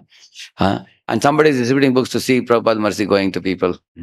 So therefore, like preaching also, why are we preaching? Why am I preaching? What is the intention behind the preaching? So these kind of things and all we should do, spiritualists should think. So we don't want to just be a leader who is just expanding, as we were discussing here. So these are all quadrant 2 activities. One thing not yet mentioned here is, in quadrant 2, here we can add an relationship building, which is very important for because then only you can have effective communication. So we have dadati pratiganati, mukhyamakyati prachati, bhankti bhojete chaiva sharvidam. Say, for example, you want to engage some dozen devotees in some service. You call them to your home, and they come, and now you have given them the service. You do this, you do this, you do this, and then you say bye bye. You go. So naturally they'll expect some prasad, correct, na? Isn't it? some special prasad. Therefore, in ISKCON always, Prabhupada said, meeting without eating is cheating, Prabhupada said. One meeting he said. So in every gathering there should be prasad also, which increases the affection between devotees. So relationship building is very important. After that comes communication, interpersonal dealing properly, doing all that. Then comes delegation to them. Then we can, in this way, all these are in quadrant 2. That's a beauty. You work on quadrant 2, then quadrant 1 activity for you will reduce. And quadrant 3, 4 will be gone. You don't have to worry at all. You can, quadrant 3 already have delegated, and then quadrant 4, useless time will be saved. So, is it clear to everybody? So now we'll go fast. See, this I showed you last time. What are the important things? If you put like this, and then you put the small stone. First you put the big rock, then you put the small rock, then the murum sand, then this water and everything. Then let's fill the same gradients in reverse order. For example, first you put the murum sand, then you put the water, then this sand, then you put the rocks. So finally what happens? Some rocks remain outside. Similarly, in our time management plan, some of them are remaining undone. And therefore, he is asking, we are not able to fit in the big rocks. Now, what are the big rocks? How to identify the big rocks? So, last time we did these things, different types of, the quadrant 1, 2, 3, 4, we did this. And here some new names were given, therefore, I have shown you this. See, the quadrant 2, what is the heading given? He knows to prioritize what is important well. Quadrant 1 is a procrastinator. Why? Because he didn't do as per priority, therefore it came to quadrant 1. Because he procrastinated means he postponed. Now it's leading to stress now, but he has to do it now. And this fellow is called as yes man. Why? Because he doesn't delegate. Here he has to delegate now. So, and this fellow is called as a slacker, means he wastes time. So these are nice names, other type of names. So the procrastinator can be saved by doing it. Correct, no? Similarly, the yes man can be saved by delegating. Instead of doing everything, agreeing for everything, he has to delegate to others. Beyond a certain level, you won't be able to do everything yourself. And the slacker can be saved by deleting unwanted items. So like that, the names, nice names are given here. Correct, no? And another nice name is given here. If you see, quadrant 2 is called quadrant of quality. Quadrant 1 is called quadrant of action. Quadrant 3 is called quadrant of deception. Quadrant 4 is called quadrant of waste. Nice names, no? So today we devoted a lot of time in understanding quadrant of quality, the second one. See, planning, goal setting, self-development, relationship building. Although it's many items are given, I showed you in a gradually developing way. Correct, no? Planning, recreation, all this, relationship, relaxation, all that. And quadrant of action. Because do, therefore quadrant of action. Quadrant of deception means there are many things which you can delegate to others. Like in those days, I was having a mobile, I used to get about 80 calls in a day. So it was becoming too much for me. So then I had an assistant to whom I gave the mobile. So then unimportant phone calls, I don't have to attend. Somebody else is attending to that. Correct, no? So, and then there's quadrant of deception. It will be deception if you are not delegating. Yeah. And quadrant of waste also can be saved by deleting those things. Okay, you got an idea? So, shrink quadrant 1 by procrastinating less. Say no to quadrant 3 and cut down quadrant 4. And focus on quadrant 2. Correct, no? That's what we should do. Quadrant 3, either delegate or say no. Yeah. And quadrant 4, cut it down. Useless it is, deleting thing. And quadrant 1, shrink it, reduce it. Mostly plan everything in advance in quadrant 2. That's the point. Okay? See here. Okay, now you have to say now, are these urgent or important? Which one? Emergencies are what? Urgent, yeah. Quadrant 1. And web surfing? Quadrant 4. Quadrant 4, yeah. Mostly it's quadrant 4. And planning? Quadrant 2, yeah. And telephone calls? Depends on what calls are there. Isn't it? And emotional issues? See, emotional issues, yeah? Yeah, it's important but not urgent, she's saying. Yeah, quadrant 2. Quadrant 2, they have to be dealt with properly. Like somebody developed an ego problem with you in the company and is not working properly, then you have to take out time to understand the issue, and that's what she's saying. Not urgent but important. Yeah. Mundane talk? 4. Recognizing new opportunities? 2. 2, yeah. And heart attack? 1. And checking emails? It can be quadrant 3 if somebody can check it for you, or if you only have to do it. Emails also, some are urgent, some are not so urgent. Not so urgent is quadrant 2. Otherwise, it's quadrant 1. Health? 1. Quadrant 1. Mostly 1 or 2. Mostly 1. Crisis? 1. Distractions? 4. And escape activities? Quadrant 4. Escaping activities are like entertainment, TV watching and all that. Yeah. And educational study? Yeah, quadrant 2. And urgent time-bound order for supply? 1. Self-development? 2. Interruptions? Actually, interruptions can be 3 also. If somebody comes and interrupt, you can always delegate them to someone else. And then prevention? 2. Prevention is quadrant 2. Yeah. Unexpected visitors? Ah. Yeah, unexpected visitors. If you say 1 also, something might be very urgent, isn't it? Yeah. See, unexpected visitor means atithi. Correct, no? Atithi. So, sometimes you can always have a person to receive such visitors, and then this person should tell you whether it's needed, you are needed or not. Then it is in 3. Correct, no? Recreation? It depends on, it can be 2 or 4. There are healthy recreation, there are harmful recreation. Healthy recreation for rejuvenating yourself, like walking in the morning, for the sun, light or close to nature. These are very healthy. Huh? On the other hand, TV watching, video game playing, crossword puzzle solving, all and forth. Correct, no? Lot of time waste.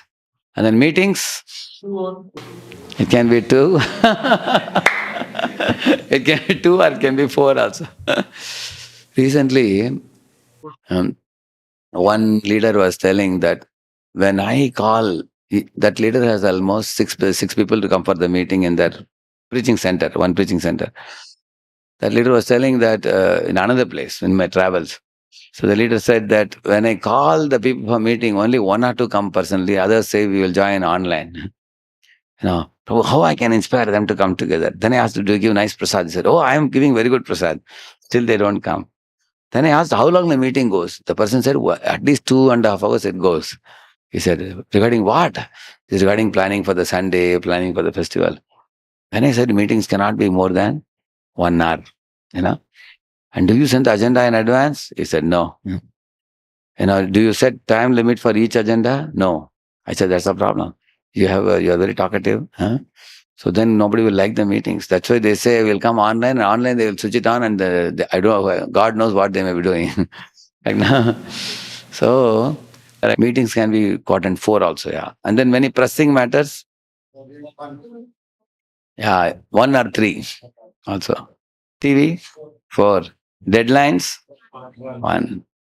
Again, the pressing problem is given. Relationship builder, 2. And junk mail, 4, yeah. So now you understood. Shrink Q1, say no to Q3, and cut down 4. Correct, no? Or delegate Q3 and cut down 4. Just absorb this in your mind. So now you all have understood how to say 1, 2, 3, 4. You understood that. Accordingly, you can plan your life. Yeah. So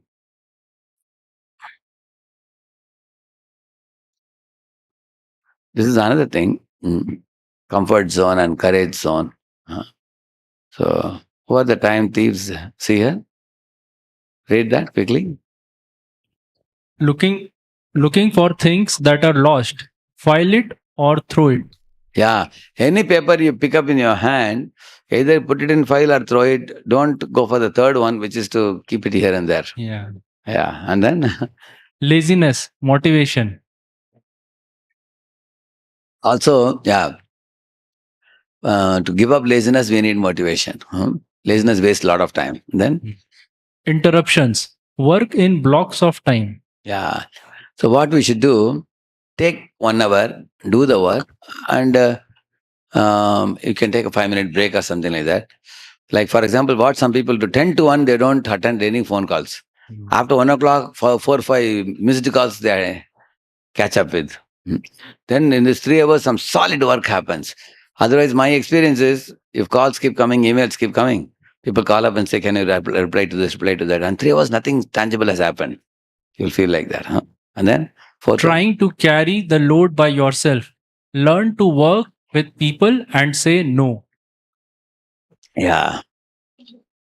So learn to work with people means delegate and empower other people. And sometimes you have to say no very politely, sweetly. You have to say no. You can't afford to take everything. And different people have different amount of pushing nature also. Some people will push you; they won't leave you very easily.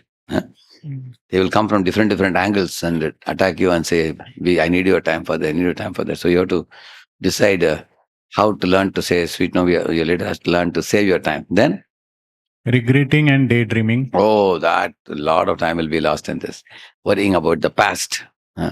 It should not have happened like this, and I should not have spoken to that fellow like this. And some people write a mail and they are planning to modify it, but somehow by mistake they press the send button. They go, and then they immediately write back, Prabhu, please delete that mail which I sent just now. I said, which mail? Please don't see the mail. They said, then how can I delete? At least I have to see your name. Prabhuji, you have not opened that mail, no? I said, no, not open. Immediately put a delete. Outside only put delete, Prabhuji. So what I did, I saw the mail and then I deleted it. I saw that the mail is written in a very angry mode. Then the next mail was very nicely sanitized. Nowadays people have this Gemini and all. You know that Gemini? Yeah. ChatGPT. So you write an angry mail and put it into the Gemini. That will make it sanitize it and give you back. Very nicely written mail. So that fellow, poor boy, he forgot to put it in the somehow he directly sent it. So that is why later on I told, okay, don't worry, I didn't take any offense at all. At least I got a glimpse of what you are angry with, So this way, don't regret too much about anything. Correct yourself and go ahead. Rectify your mistakes. You can commit mistake again, but commit a new mistake. Don't commit the same old mistakes again. And then procrastination is postponing, steals away our time. Procrastination is the thief of time, it is said. Unlisted priorities which come, called ad hoc. Unexpected things suddenly come up. Somebody has passed away, you have to go to their house. And suddenly some unexpected relative has arrived in your house on an unexpected time. Or some health issue in the family for somebody, you take them to hospital, or suddenly you got some health issue, So there are many unexpected priorities come, they steal away our time. Plan weekly. Identify your big rocks, block out your time for big rocks, schedule everything else. Prioritize daily. Weekly and daily we can prioritize. Therefore, you have to prioritize which are the big activities you wish to do. See, block out your time for big rocks means you mark it in your calendar. I am going to do it at any cost. And other things can be scheduled for a later time. That's the point. And then you prioritize daily to complete that work. See here. Invest time where maximum returns can be achieved.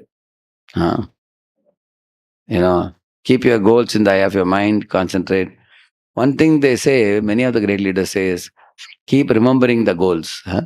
Reminding yourself of the goals, what you are intending to do. And concentrate on whatever you are doing. And then keep study materials in desk clean, neat and organized. What are all things to be avoided is written on the right side, you can see. Avoid blaming others, mourning, wailing, all these things are tamoguna. Avoid time wasters, avoid daydreaming, avoid long telephonic talks, keep it brief.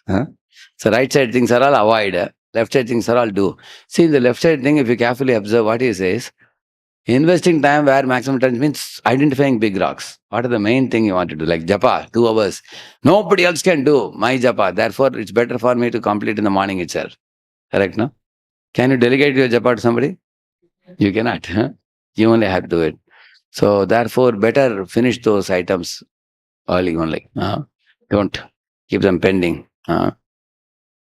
And then keep your goals in the eye of the mind, which means we should not have too many goals. We should have a few goals which keep ringing in our mind. Like Prabhupada was telling, I have to write the books. My spiritual master has told me. Uh, I have to go abroad. He was always thinking. Therefore, we say lifetime in preparation. Correct? Huh? He was preparing, and one day he could go. Whatever goals you keep reminding yourself and thinking, that's what you do. And while executing your duties, concentrate on whatever you're doing. Don't get sidelined by the beep sounds in the mobile or some pop-ups which come. Don't divert your attention, then good work will not happen. Like that you're saying. So this is a very deep part, last part. This is a more contemplative part, leading meaningful lives. You see, our life is like a wheel with 6 spokes. You see, physical, spiritual, friendships, financial, family, and mental. And you need the well-being of all these things. All these things. So, healthy body, healthy mind, then healthy family. Then, see how this develops if you see, no? You go in the anti-clockwise. First, your own body, healthy physique, okay? And then your healthy mind. Then your family members, that's very important for you. Even if a family is a poor family, they can be a happy family. But if a family is already a happy family, then we can worry about the financial development. Then your social circle, friends. Then the spiritual advancement. All these things, any of the spokes becomes weak. Then the wheel can suffer some kind of eccentricity. Yeah. See, one of you read this quickly. Read it, yeah. To realize the value of 1 year, ask a student who failed his or her exams. Because they have been detained for 1 year, yeah. And then? To realize the value of 1 month, ask a mother who gave birth to a premature baby. Yeah, if a mother got a child which is in 7 months itself, child suffers for long. You've seen that? To realize the value of 1 week, ask an editor of weekly magazine. To realize the value of 1 day, ask daily wage laborer who has 6 kids to feed. To realize the value of 1 hour, ask the lovers who are waiting to meet the beloved. To realize the value of 1 minute, ask the person who missed the train. To realize the value of 1 second, ask someone who survived an accident. To realize the value of 1 millisecond, ask the person who won a silver medal in the Olympics. So each of this talks about the time involved, correct, na? Yeah. That means 1 year is also important, 1 millisecond also is important. Huh? Everybody. Yeah. You see, my spiritual master was saying, he went to one cathedral somewhere abroad, I don't know where. He saw in that cathedral, when he went in one place, lot of skulls were kept, on the walls, skulls and bones everywhere. When he went, the mezzanine floor kind of thing, they were all in a decorative way they were arranged. So they took him around and then said, and then they had written this slogan here: what you are, we used to be. What we are, you will be. So those skulls were the skulls of the monks and the monastery, those who lived and passed away. They had kept it all like that. The skulls they had kept, he was telling. So those skulls are as if they are speaking to us. So what were the skulls saying? What you are, we used to be. That means we also had a body like what you are having now. But what we are, you will be means you are eventually, in India, what they say, your day will come and your photo will be on the wall and they'll put a garland. What is the meaning? You'll be dead. That is going to happen to everybody. So one should not forget that our life is actually like 60, 70, 80, 90 years or whatever. So in that span of time, what you are going to do, be very clear on how you are intending to spend your life. That's the whole point. So, because otherwise life will not be well spent, it will be wasted. So, Quadrant 2 activities we already told you, important. So here, the physical, social, mental, and spiritual needs are very nicely explained. See here, food, clothing, shelter, economic well-being, health, all these things come in physical. Roti, kapda, makan, and then physical fitness, mental, mental soundness, economic well-being, all those things come in there. And then need, that is we all want to live and survive in this world. That is physical need.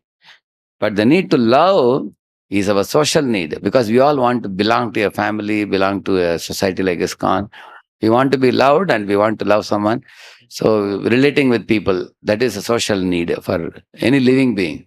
We are not dead matter. We are all jivas. So jiva has, you will always see the parrots flying together, see the cranes flying together, see the dogs grouping, living in groups.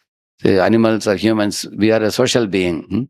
So the jivas like to be in a group. So therefore, we need to know how to interpersonal dealing properly so that we can survive and live in a group properly.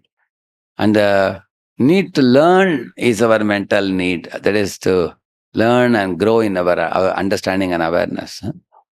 And then leave a legacy means you leave something behind when you are leaving the body. Like Prabhupada said, Kuch ichha nahi, because I have already made a society and they have so many disciples. They're all very faithful. They will take the mission ahead. I am very satisfied, he said. So he felt deep spiritual satisfaction. So these four things. So here, look at this fellow. How much sleeping time you see? How many years one sleeps? 22 years. Daily routine, brushing, bathing. You can't avoid this. Meals, 5.5 years. Commuting, another 5.5 years. Work, 16 years. Miscellaneous, 5 years. So 65 years are gone in this. Just for maintenance of the body, so much time goes away. Just think about it. That means if a person lives 70 years in his life, he only has only 5 years. He will only have 5 years balance. 65 years goes in just maintaining the body. So, see what he says. Read that. First, I was dying to finish high school and start college. And then I was dying to finish college and start working. Very true, na? Everybody struggles. Then, And then I was dying to marry and have children. And then I was dying for my children to grow old enough for school. And then I was dying to retire, and now I'm dying. Isn't it? This is a life. Actually, at every phase of life, people struggle. That's what he's saying. Yeah. And suddenly, what he realized? See, last point. Realize I forgot to live. That's the point. Isn't it? So, if you really want to live, you have to be a good time manager. Otherwise, you will waste. Every phase of your life is going to be full of tension if you are not managed well in your time. Correct, no? So, we went to one Udupi Matha, the Ashtamat, There was one Swamiji there, sitting with this Madhva Vijayam. He was reading that book. So when we were about 5-6 brahmacharis, so we went and took darshan, everything. He called us and he sat with us. Oh, he was sitting with such a leisure as if he has time in the whole world, only time for us. He was just sitting and very casual talking, almost an hour and a half. He asked many questions and everything. He spoke very wonderfully. Later on, people told he's the busiest person. Huh? He's a super busy person. He has a lot of things to do. Many people meet and everything. Then we wondered how he gave time. That means, he's very clear that these people, if he thinks that these people should be given time, he will take out. He will take out time for those people. And in case he thinks something is not important, he had that willpower to say no to that. Then these are the people who get time. Huh? Like one time, one fellow came from another ISKCON temple. He saw me doing a program like this. Then he asked me, all these people, how many rounds they chant? I said, 16 rounds. Prabhuji, these people have already come to 16. Why are you wasting time with these people? Huh? You can go and get new people into the movement. And because of his thought process, they don't have any senior devotees in that temple. Because people come like a pipe. They come here and they go out here. Because they don't give time to older devotees. They just keep making new devotees. New devotees come here and old devotees go out. There's no maintenance. So therefore, if you really want to live your life to heart's content fulfill in a proper manner, we have to know, I should take out time for reading Prabhupada books, hearing Prabhupada's lecture, hearing my spiritual master's lecture. There should be time for properly sitting and eating and chewing the food properly. I should sleep early. I should rise early in the morning, do some half an hour yoga, keep my body fit, keep my mind cool. And also, I should learn the art of proper dealing with devotees, take out time to memorize shlokas, take some moderate number of programs which I can handle, and some social contribution, some service I should do. This is research. So you write down everything you wish to do and fit in your calendar, and then run your life in such a way that don't go to panic zone, don't be in comfort zone. In between the two, what is that? I will show you that stretch zone in between. Courage zone it is, yeah. See this one, you can see this one. See this comfort zone? Read those items in comfort zone, read it. What are they? Lifeless, secure, bold, unchallenged, stable, safe, easy, and comfortable. Isn't it? Boring it is. Because there's nothing thrilling in life.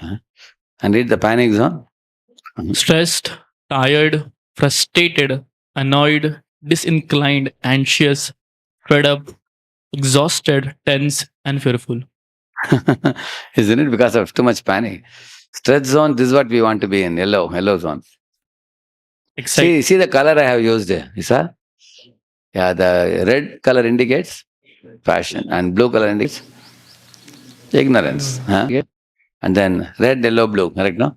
And yellow? Yellow is that goodness, yeah, yes. Read that, stress zone. Excited, willing to risk, challenged, expectant, alive, exhilarated, anticipating. It's a sense of thrill will be there because it's little more, it's like rubber band. When you stretch it, then only it holds the box properly. If you stretch it too much, it breaks. And if there is no stretch at all, it comes out. Correct, no? So we want to keep it in the stretch. Okay? That's the way our life should be. Then it will be relishable. So these four, okay, I want to show you something. We will leave these things on. This is the most important slide. This one, I'm going to conclude in 5 minutes now. See, these four things are doable things in our life. If you pay attention to these four, your life won't be the same. It can remarkably change. You will not even believe such a big change can happen in your life if you focus on these four things. Okay, can you read the first one? You can read the self-awareness, please. Just 1 minute. I'm making it bigger for you. Yeah. Self-awareness. Yes. Our capacity to stand apart from ourselves and examine our thinking, our motives, our history, our scripts, our actions, and our habits and tendencies. This is a very important thing. That's what we are doing in our lectures also when you all come. We are trying to stand apart. Last time also we did about attitude, 3 things, right? Thinking, attitude, and behavior. So we're trying to understand what is right behavior, wrong behavior, what is right attitude, wrong attitude, which should be responsible in attitude. So taking out time regularly. This is coming in 2.56 Bhagavad Gita onwards, up 2.72. So Sthita Prajna, he's a very good self-observer. Observe yourself, become aware of your personality, know what needs to be changed. So 3 things you can say: what I was, what I am now, and what I want to be. Three things. So in everything, for example, chanting, japa, how I was chanting 5 years ago, how I am chanting now, and how I want to chant in future, correct? Reading Prabhupada books. I know how my reading was before. Now I have made a plan to read. How I want my reading to be. What is the ideal? Like that you can think. Similarly, how my health is, how my health was and health is, and how I want my health to be. Everything you can talk in terms of those these things. So self-awareness means to observe ourselves. How my relationship with my friends is, other devotees. It was a bit strained before. Now I'm repairing it now, and this is how I want it to be. So with whom I want to cultivate good friendships. So who are those devotees and what steps will I take? So these are all coming in self-awareness. Quadrant 2 activities. It is. Second point.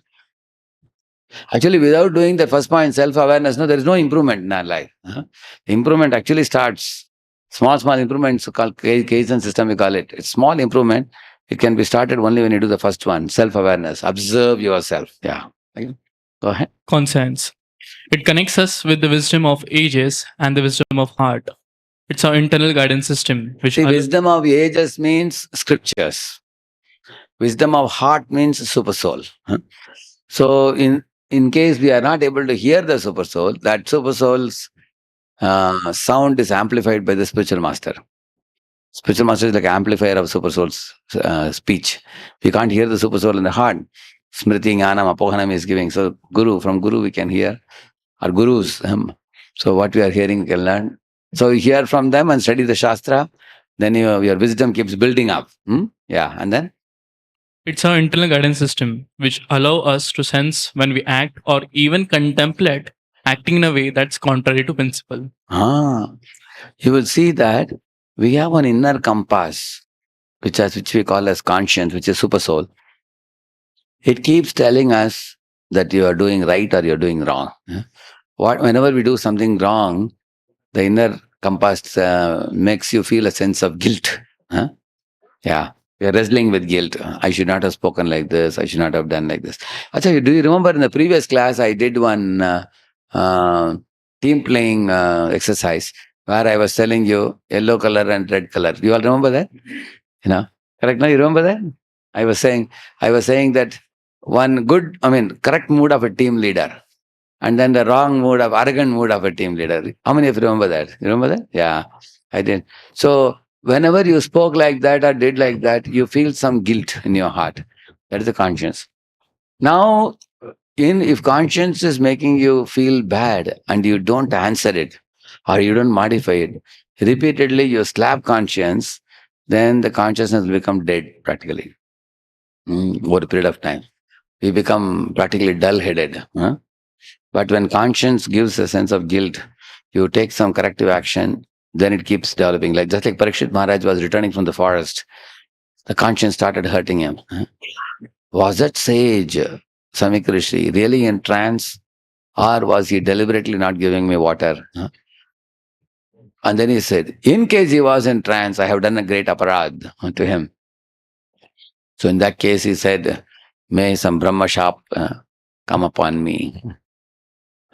So I will show you that verse.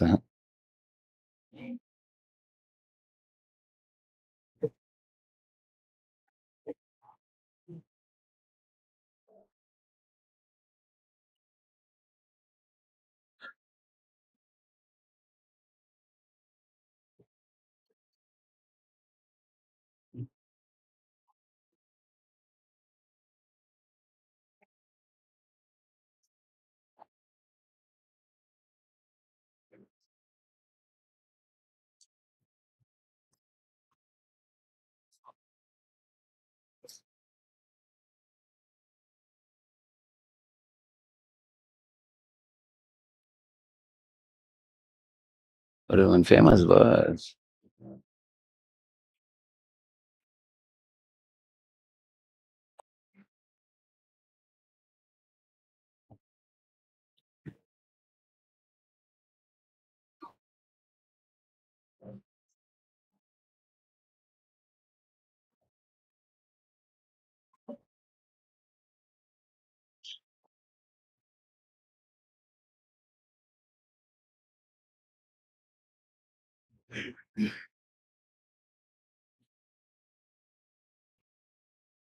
So,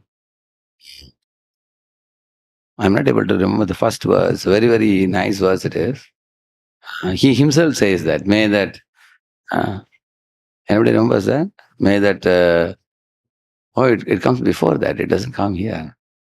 Anyway, when I look at it, I'll show you. He says that, let my relatives and friends not suffer because of me. Let that shock come upon me itself, like that he says. Very amazing personality. Prabhupada says, repentance comes in the heart of a good soul. Prabhupada, right? Good soul means pure-hearted devotee. Huh? So he had a very high conscience. Our, Parikshit Maharaj. Similarly, look at Sarmishta and Sarmishta's father. They both are talking about the same matter.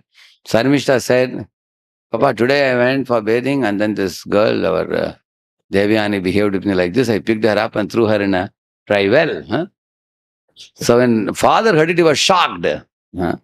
He said, too much. Huh? You did so deadly thing, my child. Huh? Our Shukracharya will be angry because his conscience was more alert. Whose? Father. Hmm? So this is a very big subject also. You can keep in mind. Third one, please read it. It's 19 Acha, 19.4, huh? Acha, is it? Chapter? Oh, you found out? Very good. I am searching in 18. That was a mistake. Okay. Therefore, it didn't come here. Correct. First only? Fourth one, yeah.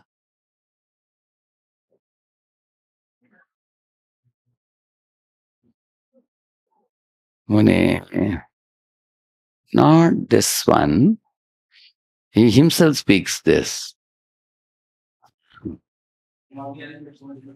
Huh?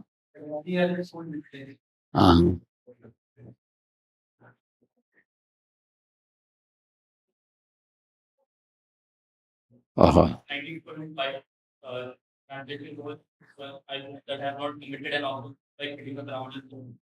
Otherwise, how should this befall me, befall me? Let the reaction come upon me, never be the greatest despair. That is also correct. Actually, there is one verse where he says, no, because of my attachment, he will say. He will actually say that. Let us see whether that is the one.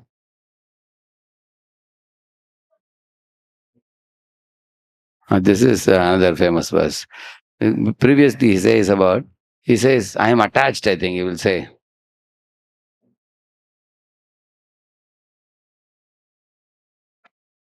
So, this is a verse. This is exactly, you all can repeat this. This is 1:19:14. Let's repeat this verse. You want Sanskrit or English? I'll show you. Okay. Tasyaiva meghasya paravaresho vyasakta chittasya griheshva bhikshnam nirveda mulo dvijashaparupo yatra prasakto bhayamashu datte. Read the translation, please. The Supreme Personality of Godhead, the controller of both the transcendental and mundane worlds, has graciously overtaken me in the form of Brahmana curse.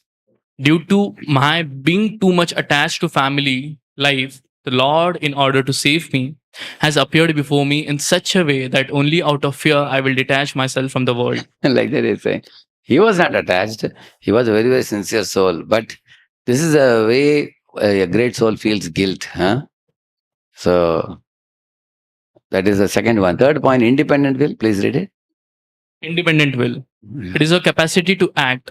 It gives us the power to transcend our paradigms, to swim upstream, to rewrite our scripts, to act based on principle rather than reacting based on emotion or circumstance. Yeah, this means you have choice whether to respond or to react in different situations.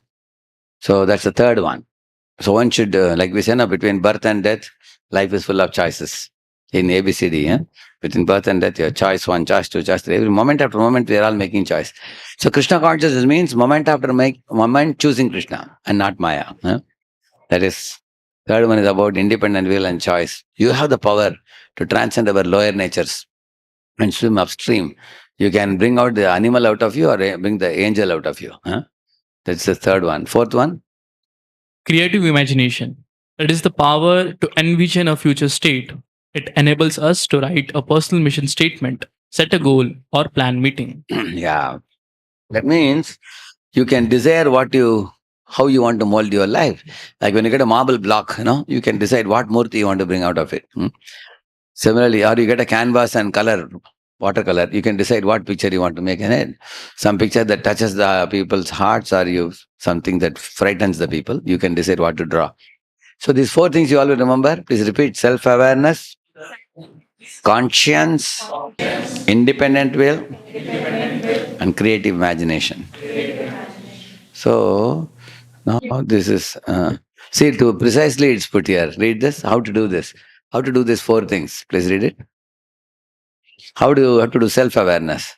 Nurture self-awareness by keeping a personal journal. Yeah, actually, because all of us cannot observe ourselves very precisely, very easily, keep writing a personal journal time to time about everything. Take the shlokas 1, 2, and 3 of NOI, 18 items. So you can have a column like this, 18 items. And here you can have the dates, 1 to 31st. Today you scolded some devotee, then you put anger, Krodha Begam. You can put a star mark, correct? Today was a feast, you overate, then Udara Begam. Udara Begam put. And sometimes you feel that in this way, you keep star marking. After 3 months or 6 months, you will see the stars are repeating in one item. So those are our anarthas.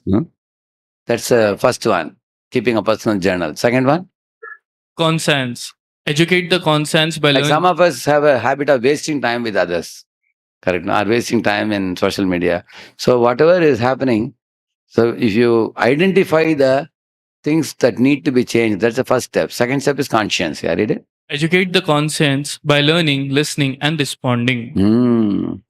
So learn what is going on in your conscience. Why are you feeling guilty? What you could have improved. Listen to the super soul, listen to other devotees, and then learn to respond properly. And then third? Nurture independent will by making and keeping promises. Yeah. And the second one also includes, in the step 1, I have identified anarthas. One example I'll tell you. One time I wanted to know how to give up pride. So I heard 10 lectures of my spiritual master and made notes.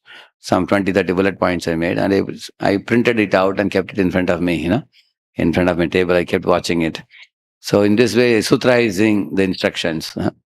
And therefore, step 1 is to detect our anartha.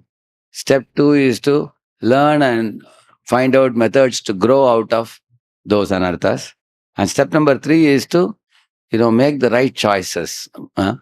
Nurture the independent will by making and keeping promises. Okay, I will stick to these rules, what I have learned now, that making choices. And the fourth one? Develop creative imagination through visualization. Yeah. For example, I have to deal with some tough nut person. How many of you have faced some tough nut people? You feel uneasy in your life sometimes? Yeah, we all experience right now. So you visualize before meeting that person. Now what will I say, what he may say back, and what I should say. That creative imagination, fourth thing. So then gradually you can modify your behavior with such people by smartly escaping. So these 4 steps can be done. Okay. See, here are some examples. So, yeah. Hare Krishna. So this creative imagination, this part is very amazing project, the visualization part. Because I just recently we had our leadership meeting for 400 leaders came from different parts of the world.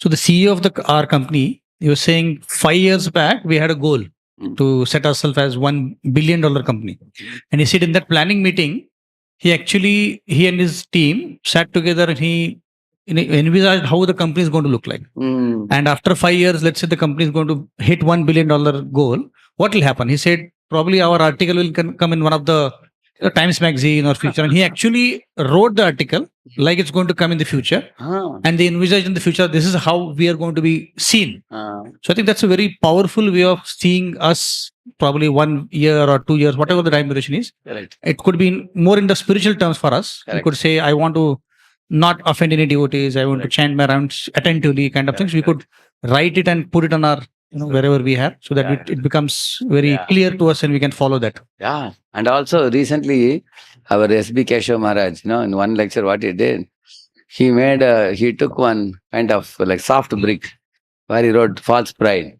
Today we are going to give up our false pride. So he kept it into cut. He did, you saw that? He cut, he broke the brick.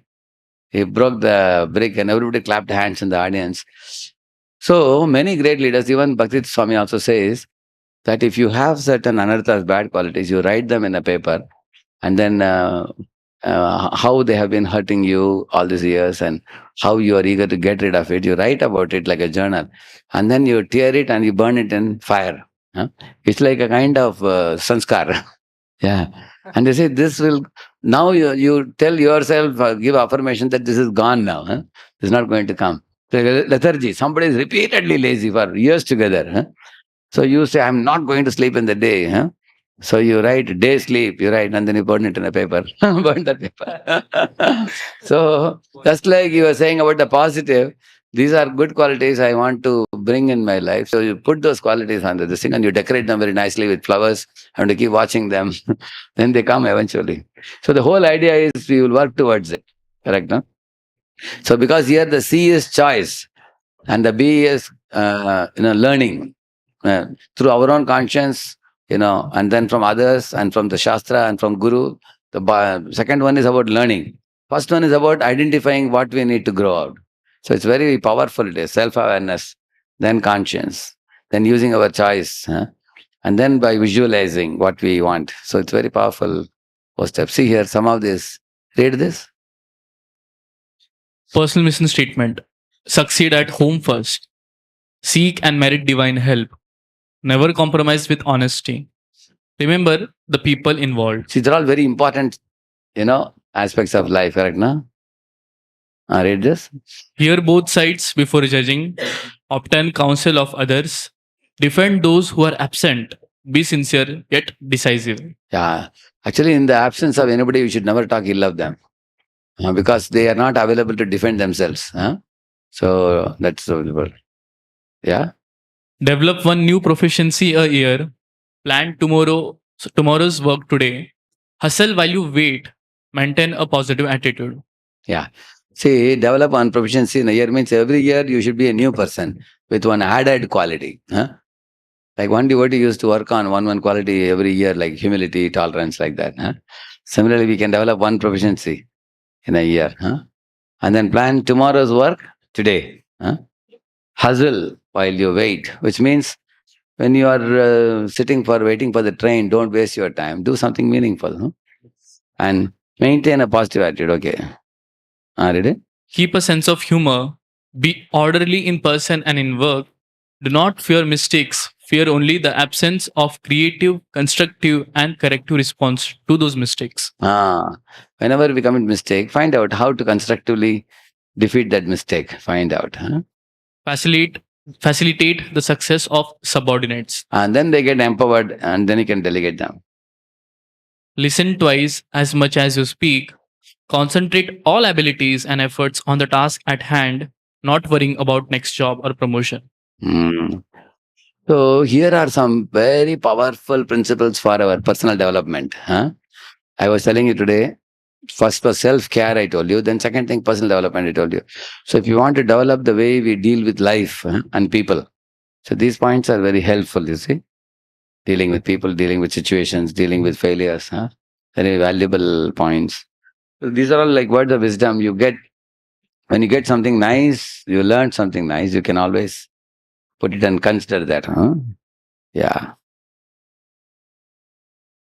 Yeah. Yeah. Yeah.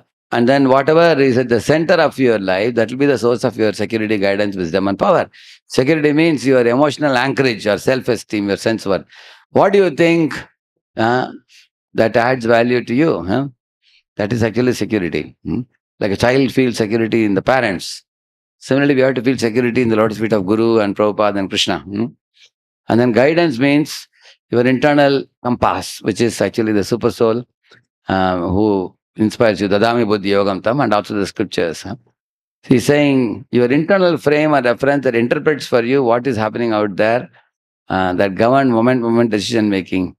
That means, the super soul gives guidance, but sometimes it is not enough. We need our seniors. For example, you have to make a decision in life. You consult your counselor, I'm sure. Consult your counselor, others, and that is guidance. Wisdom is understanding of how various principles apply and relate to each other, a sense of balance. Actually, the second one is also wisdom only, but the third thing talks about sense of balance. And then the power is a faculty or capacity to act, the strength to accomplish something, to overcome deeply embedded habits. Yeah. Yeah. While actually the sense of balance, why is it said? Sometimes we know what is ideal, but we can't jump to the ideal immediately. Correct? No? How many of you know this is ideal, but you find it is too high a jump to make? Correct? No? Otherwise, you'll fall back. So then we can take baby steps. That's the third one. Haribol, Prabhuji, one question here. So if you even ask, say, 5 senior counselors, the 5 may have 5 different opinions. So in the terms of, say, super soul speaking and taking guidance from these seniors, how we can trade off them? Like, and many of them are worried about how you will take it also. Nowadays, easily they don't exactly tell you what you should be doing. They often tell you, what will be comfortable for you. So therefore, there may be, ultimately you have to take responsibility for your decision. Make any decision you wish. Like one boy told me, Prabhuji, if you tell me to shave up and join ashram, I will join, he said. I said, I will never tell you. Because after joining, you will say that you didn't allow me to marry, No. Then he said, okay, Prabhuji, I think you want me to marry. So that also I will not tell you. Why? Because tomorrow you will say that you told me to marry, and he'll bring his wife and say, you have to correct her now, she's giving me trouble. So then I said, then what I should do? I said, do whatever you wish, but take responsibility. If you join, take responsibility. If you marry, you take responsibility. So ultimately, don't blame others. Whatever decision you make after consulting 4-5 people, at the end of the day, then you have to take responsibility for it. Because you got some guidance from others. Now you know your inner mechanisms, accordingly you decide. Correct? No? Yeah. And in this way, now we have concluded now. See, in all these areas you can improve. In every area, when you're dealing with different people, different things in life, improvements are always possible. This is enough now. These are all already covered. Jai Shri Prabhupada ki. See here, brains are like muscles. Prabhupada also says this. Just like bodybuilding you do, you can also develop yourself. It can grow over a period of time. So we have taken a little extra time today, half an hour more, because we wanted to complete this. So I'll put this, I think, in your this thing, I'll put it in the chat.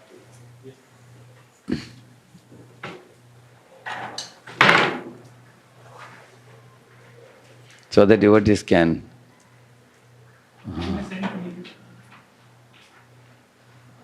In the chat I can put it. You may send to me. May all this one? Here I can put it.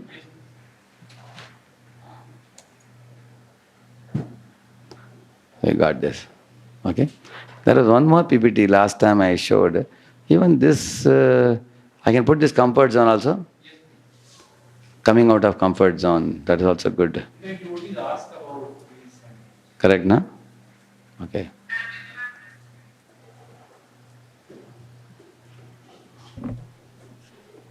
Okay.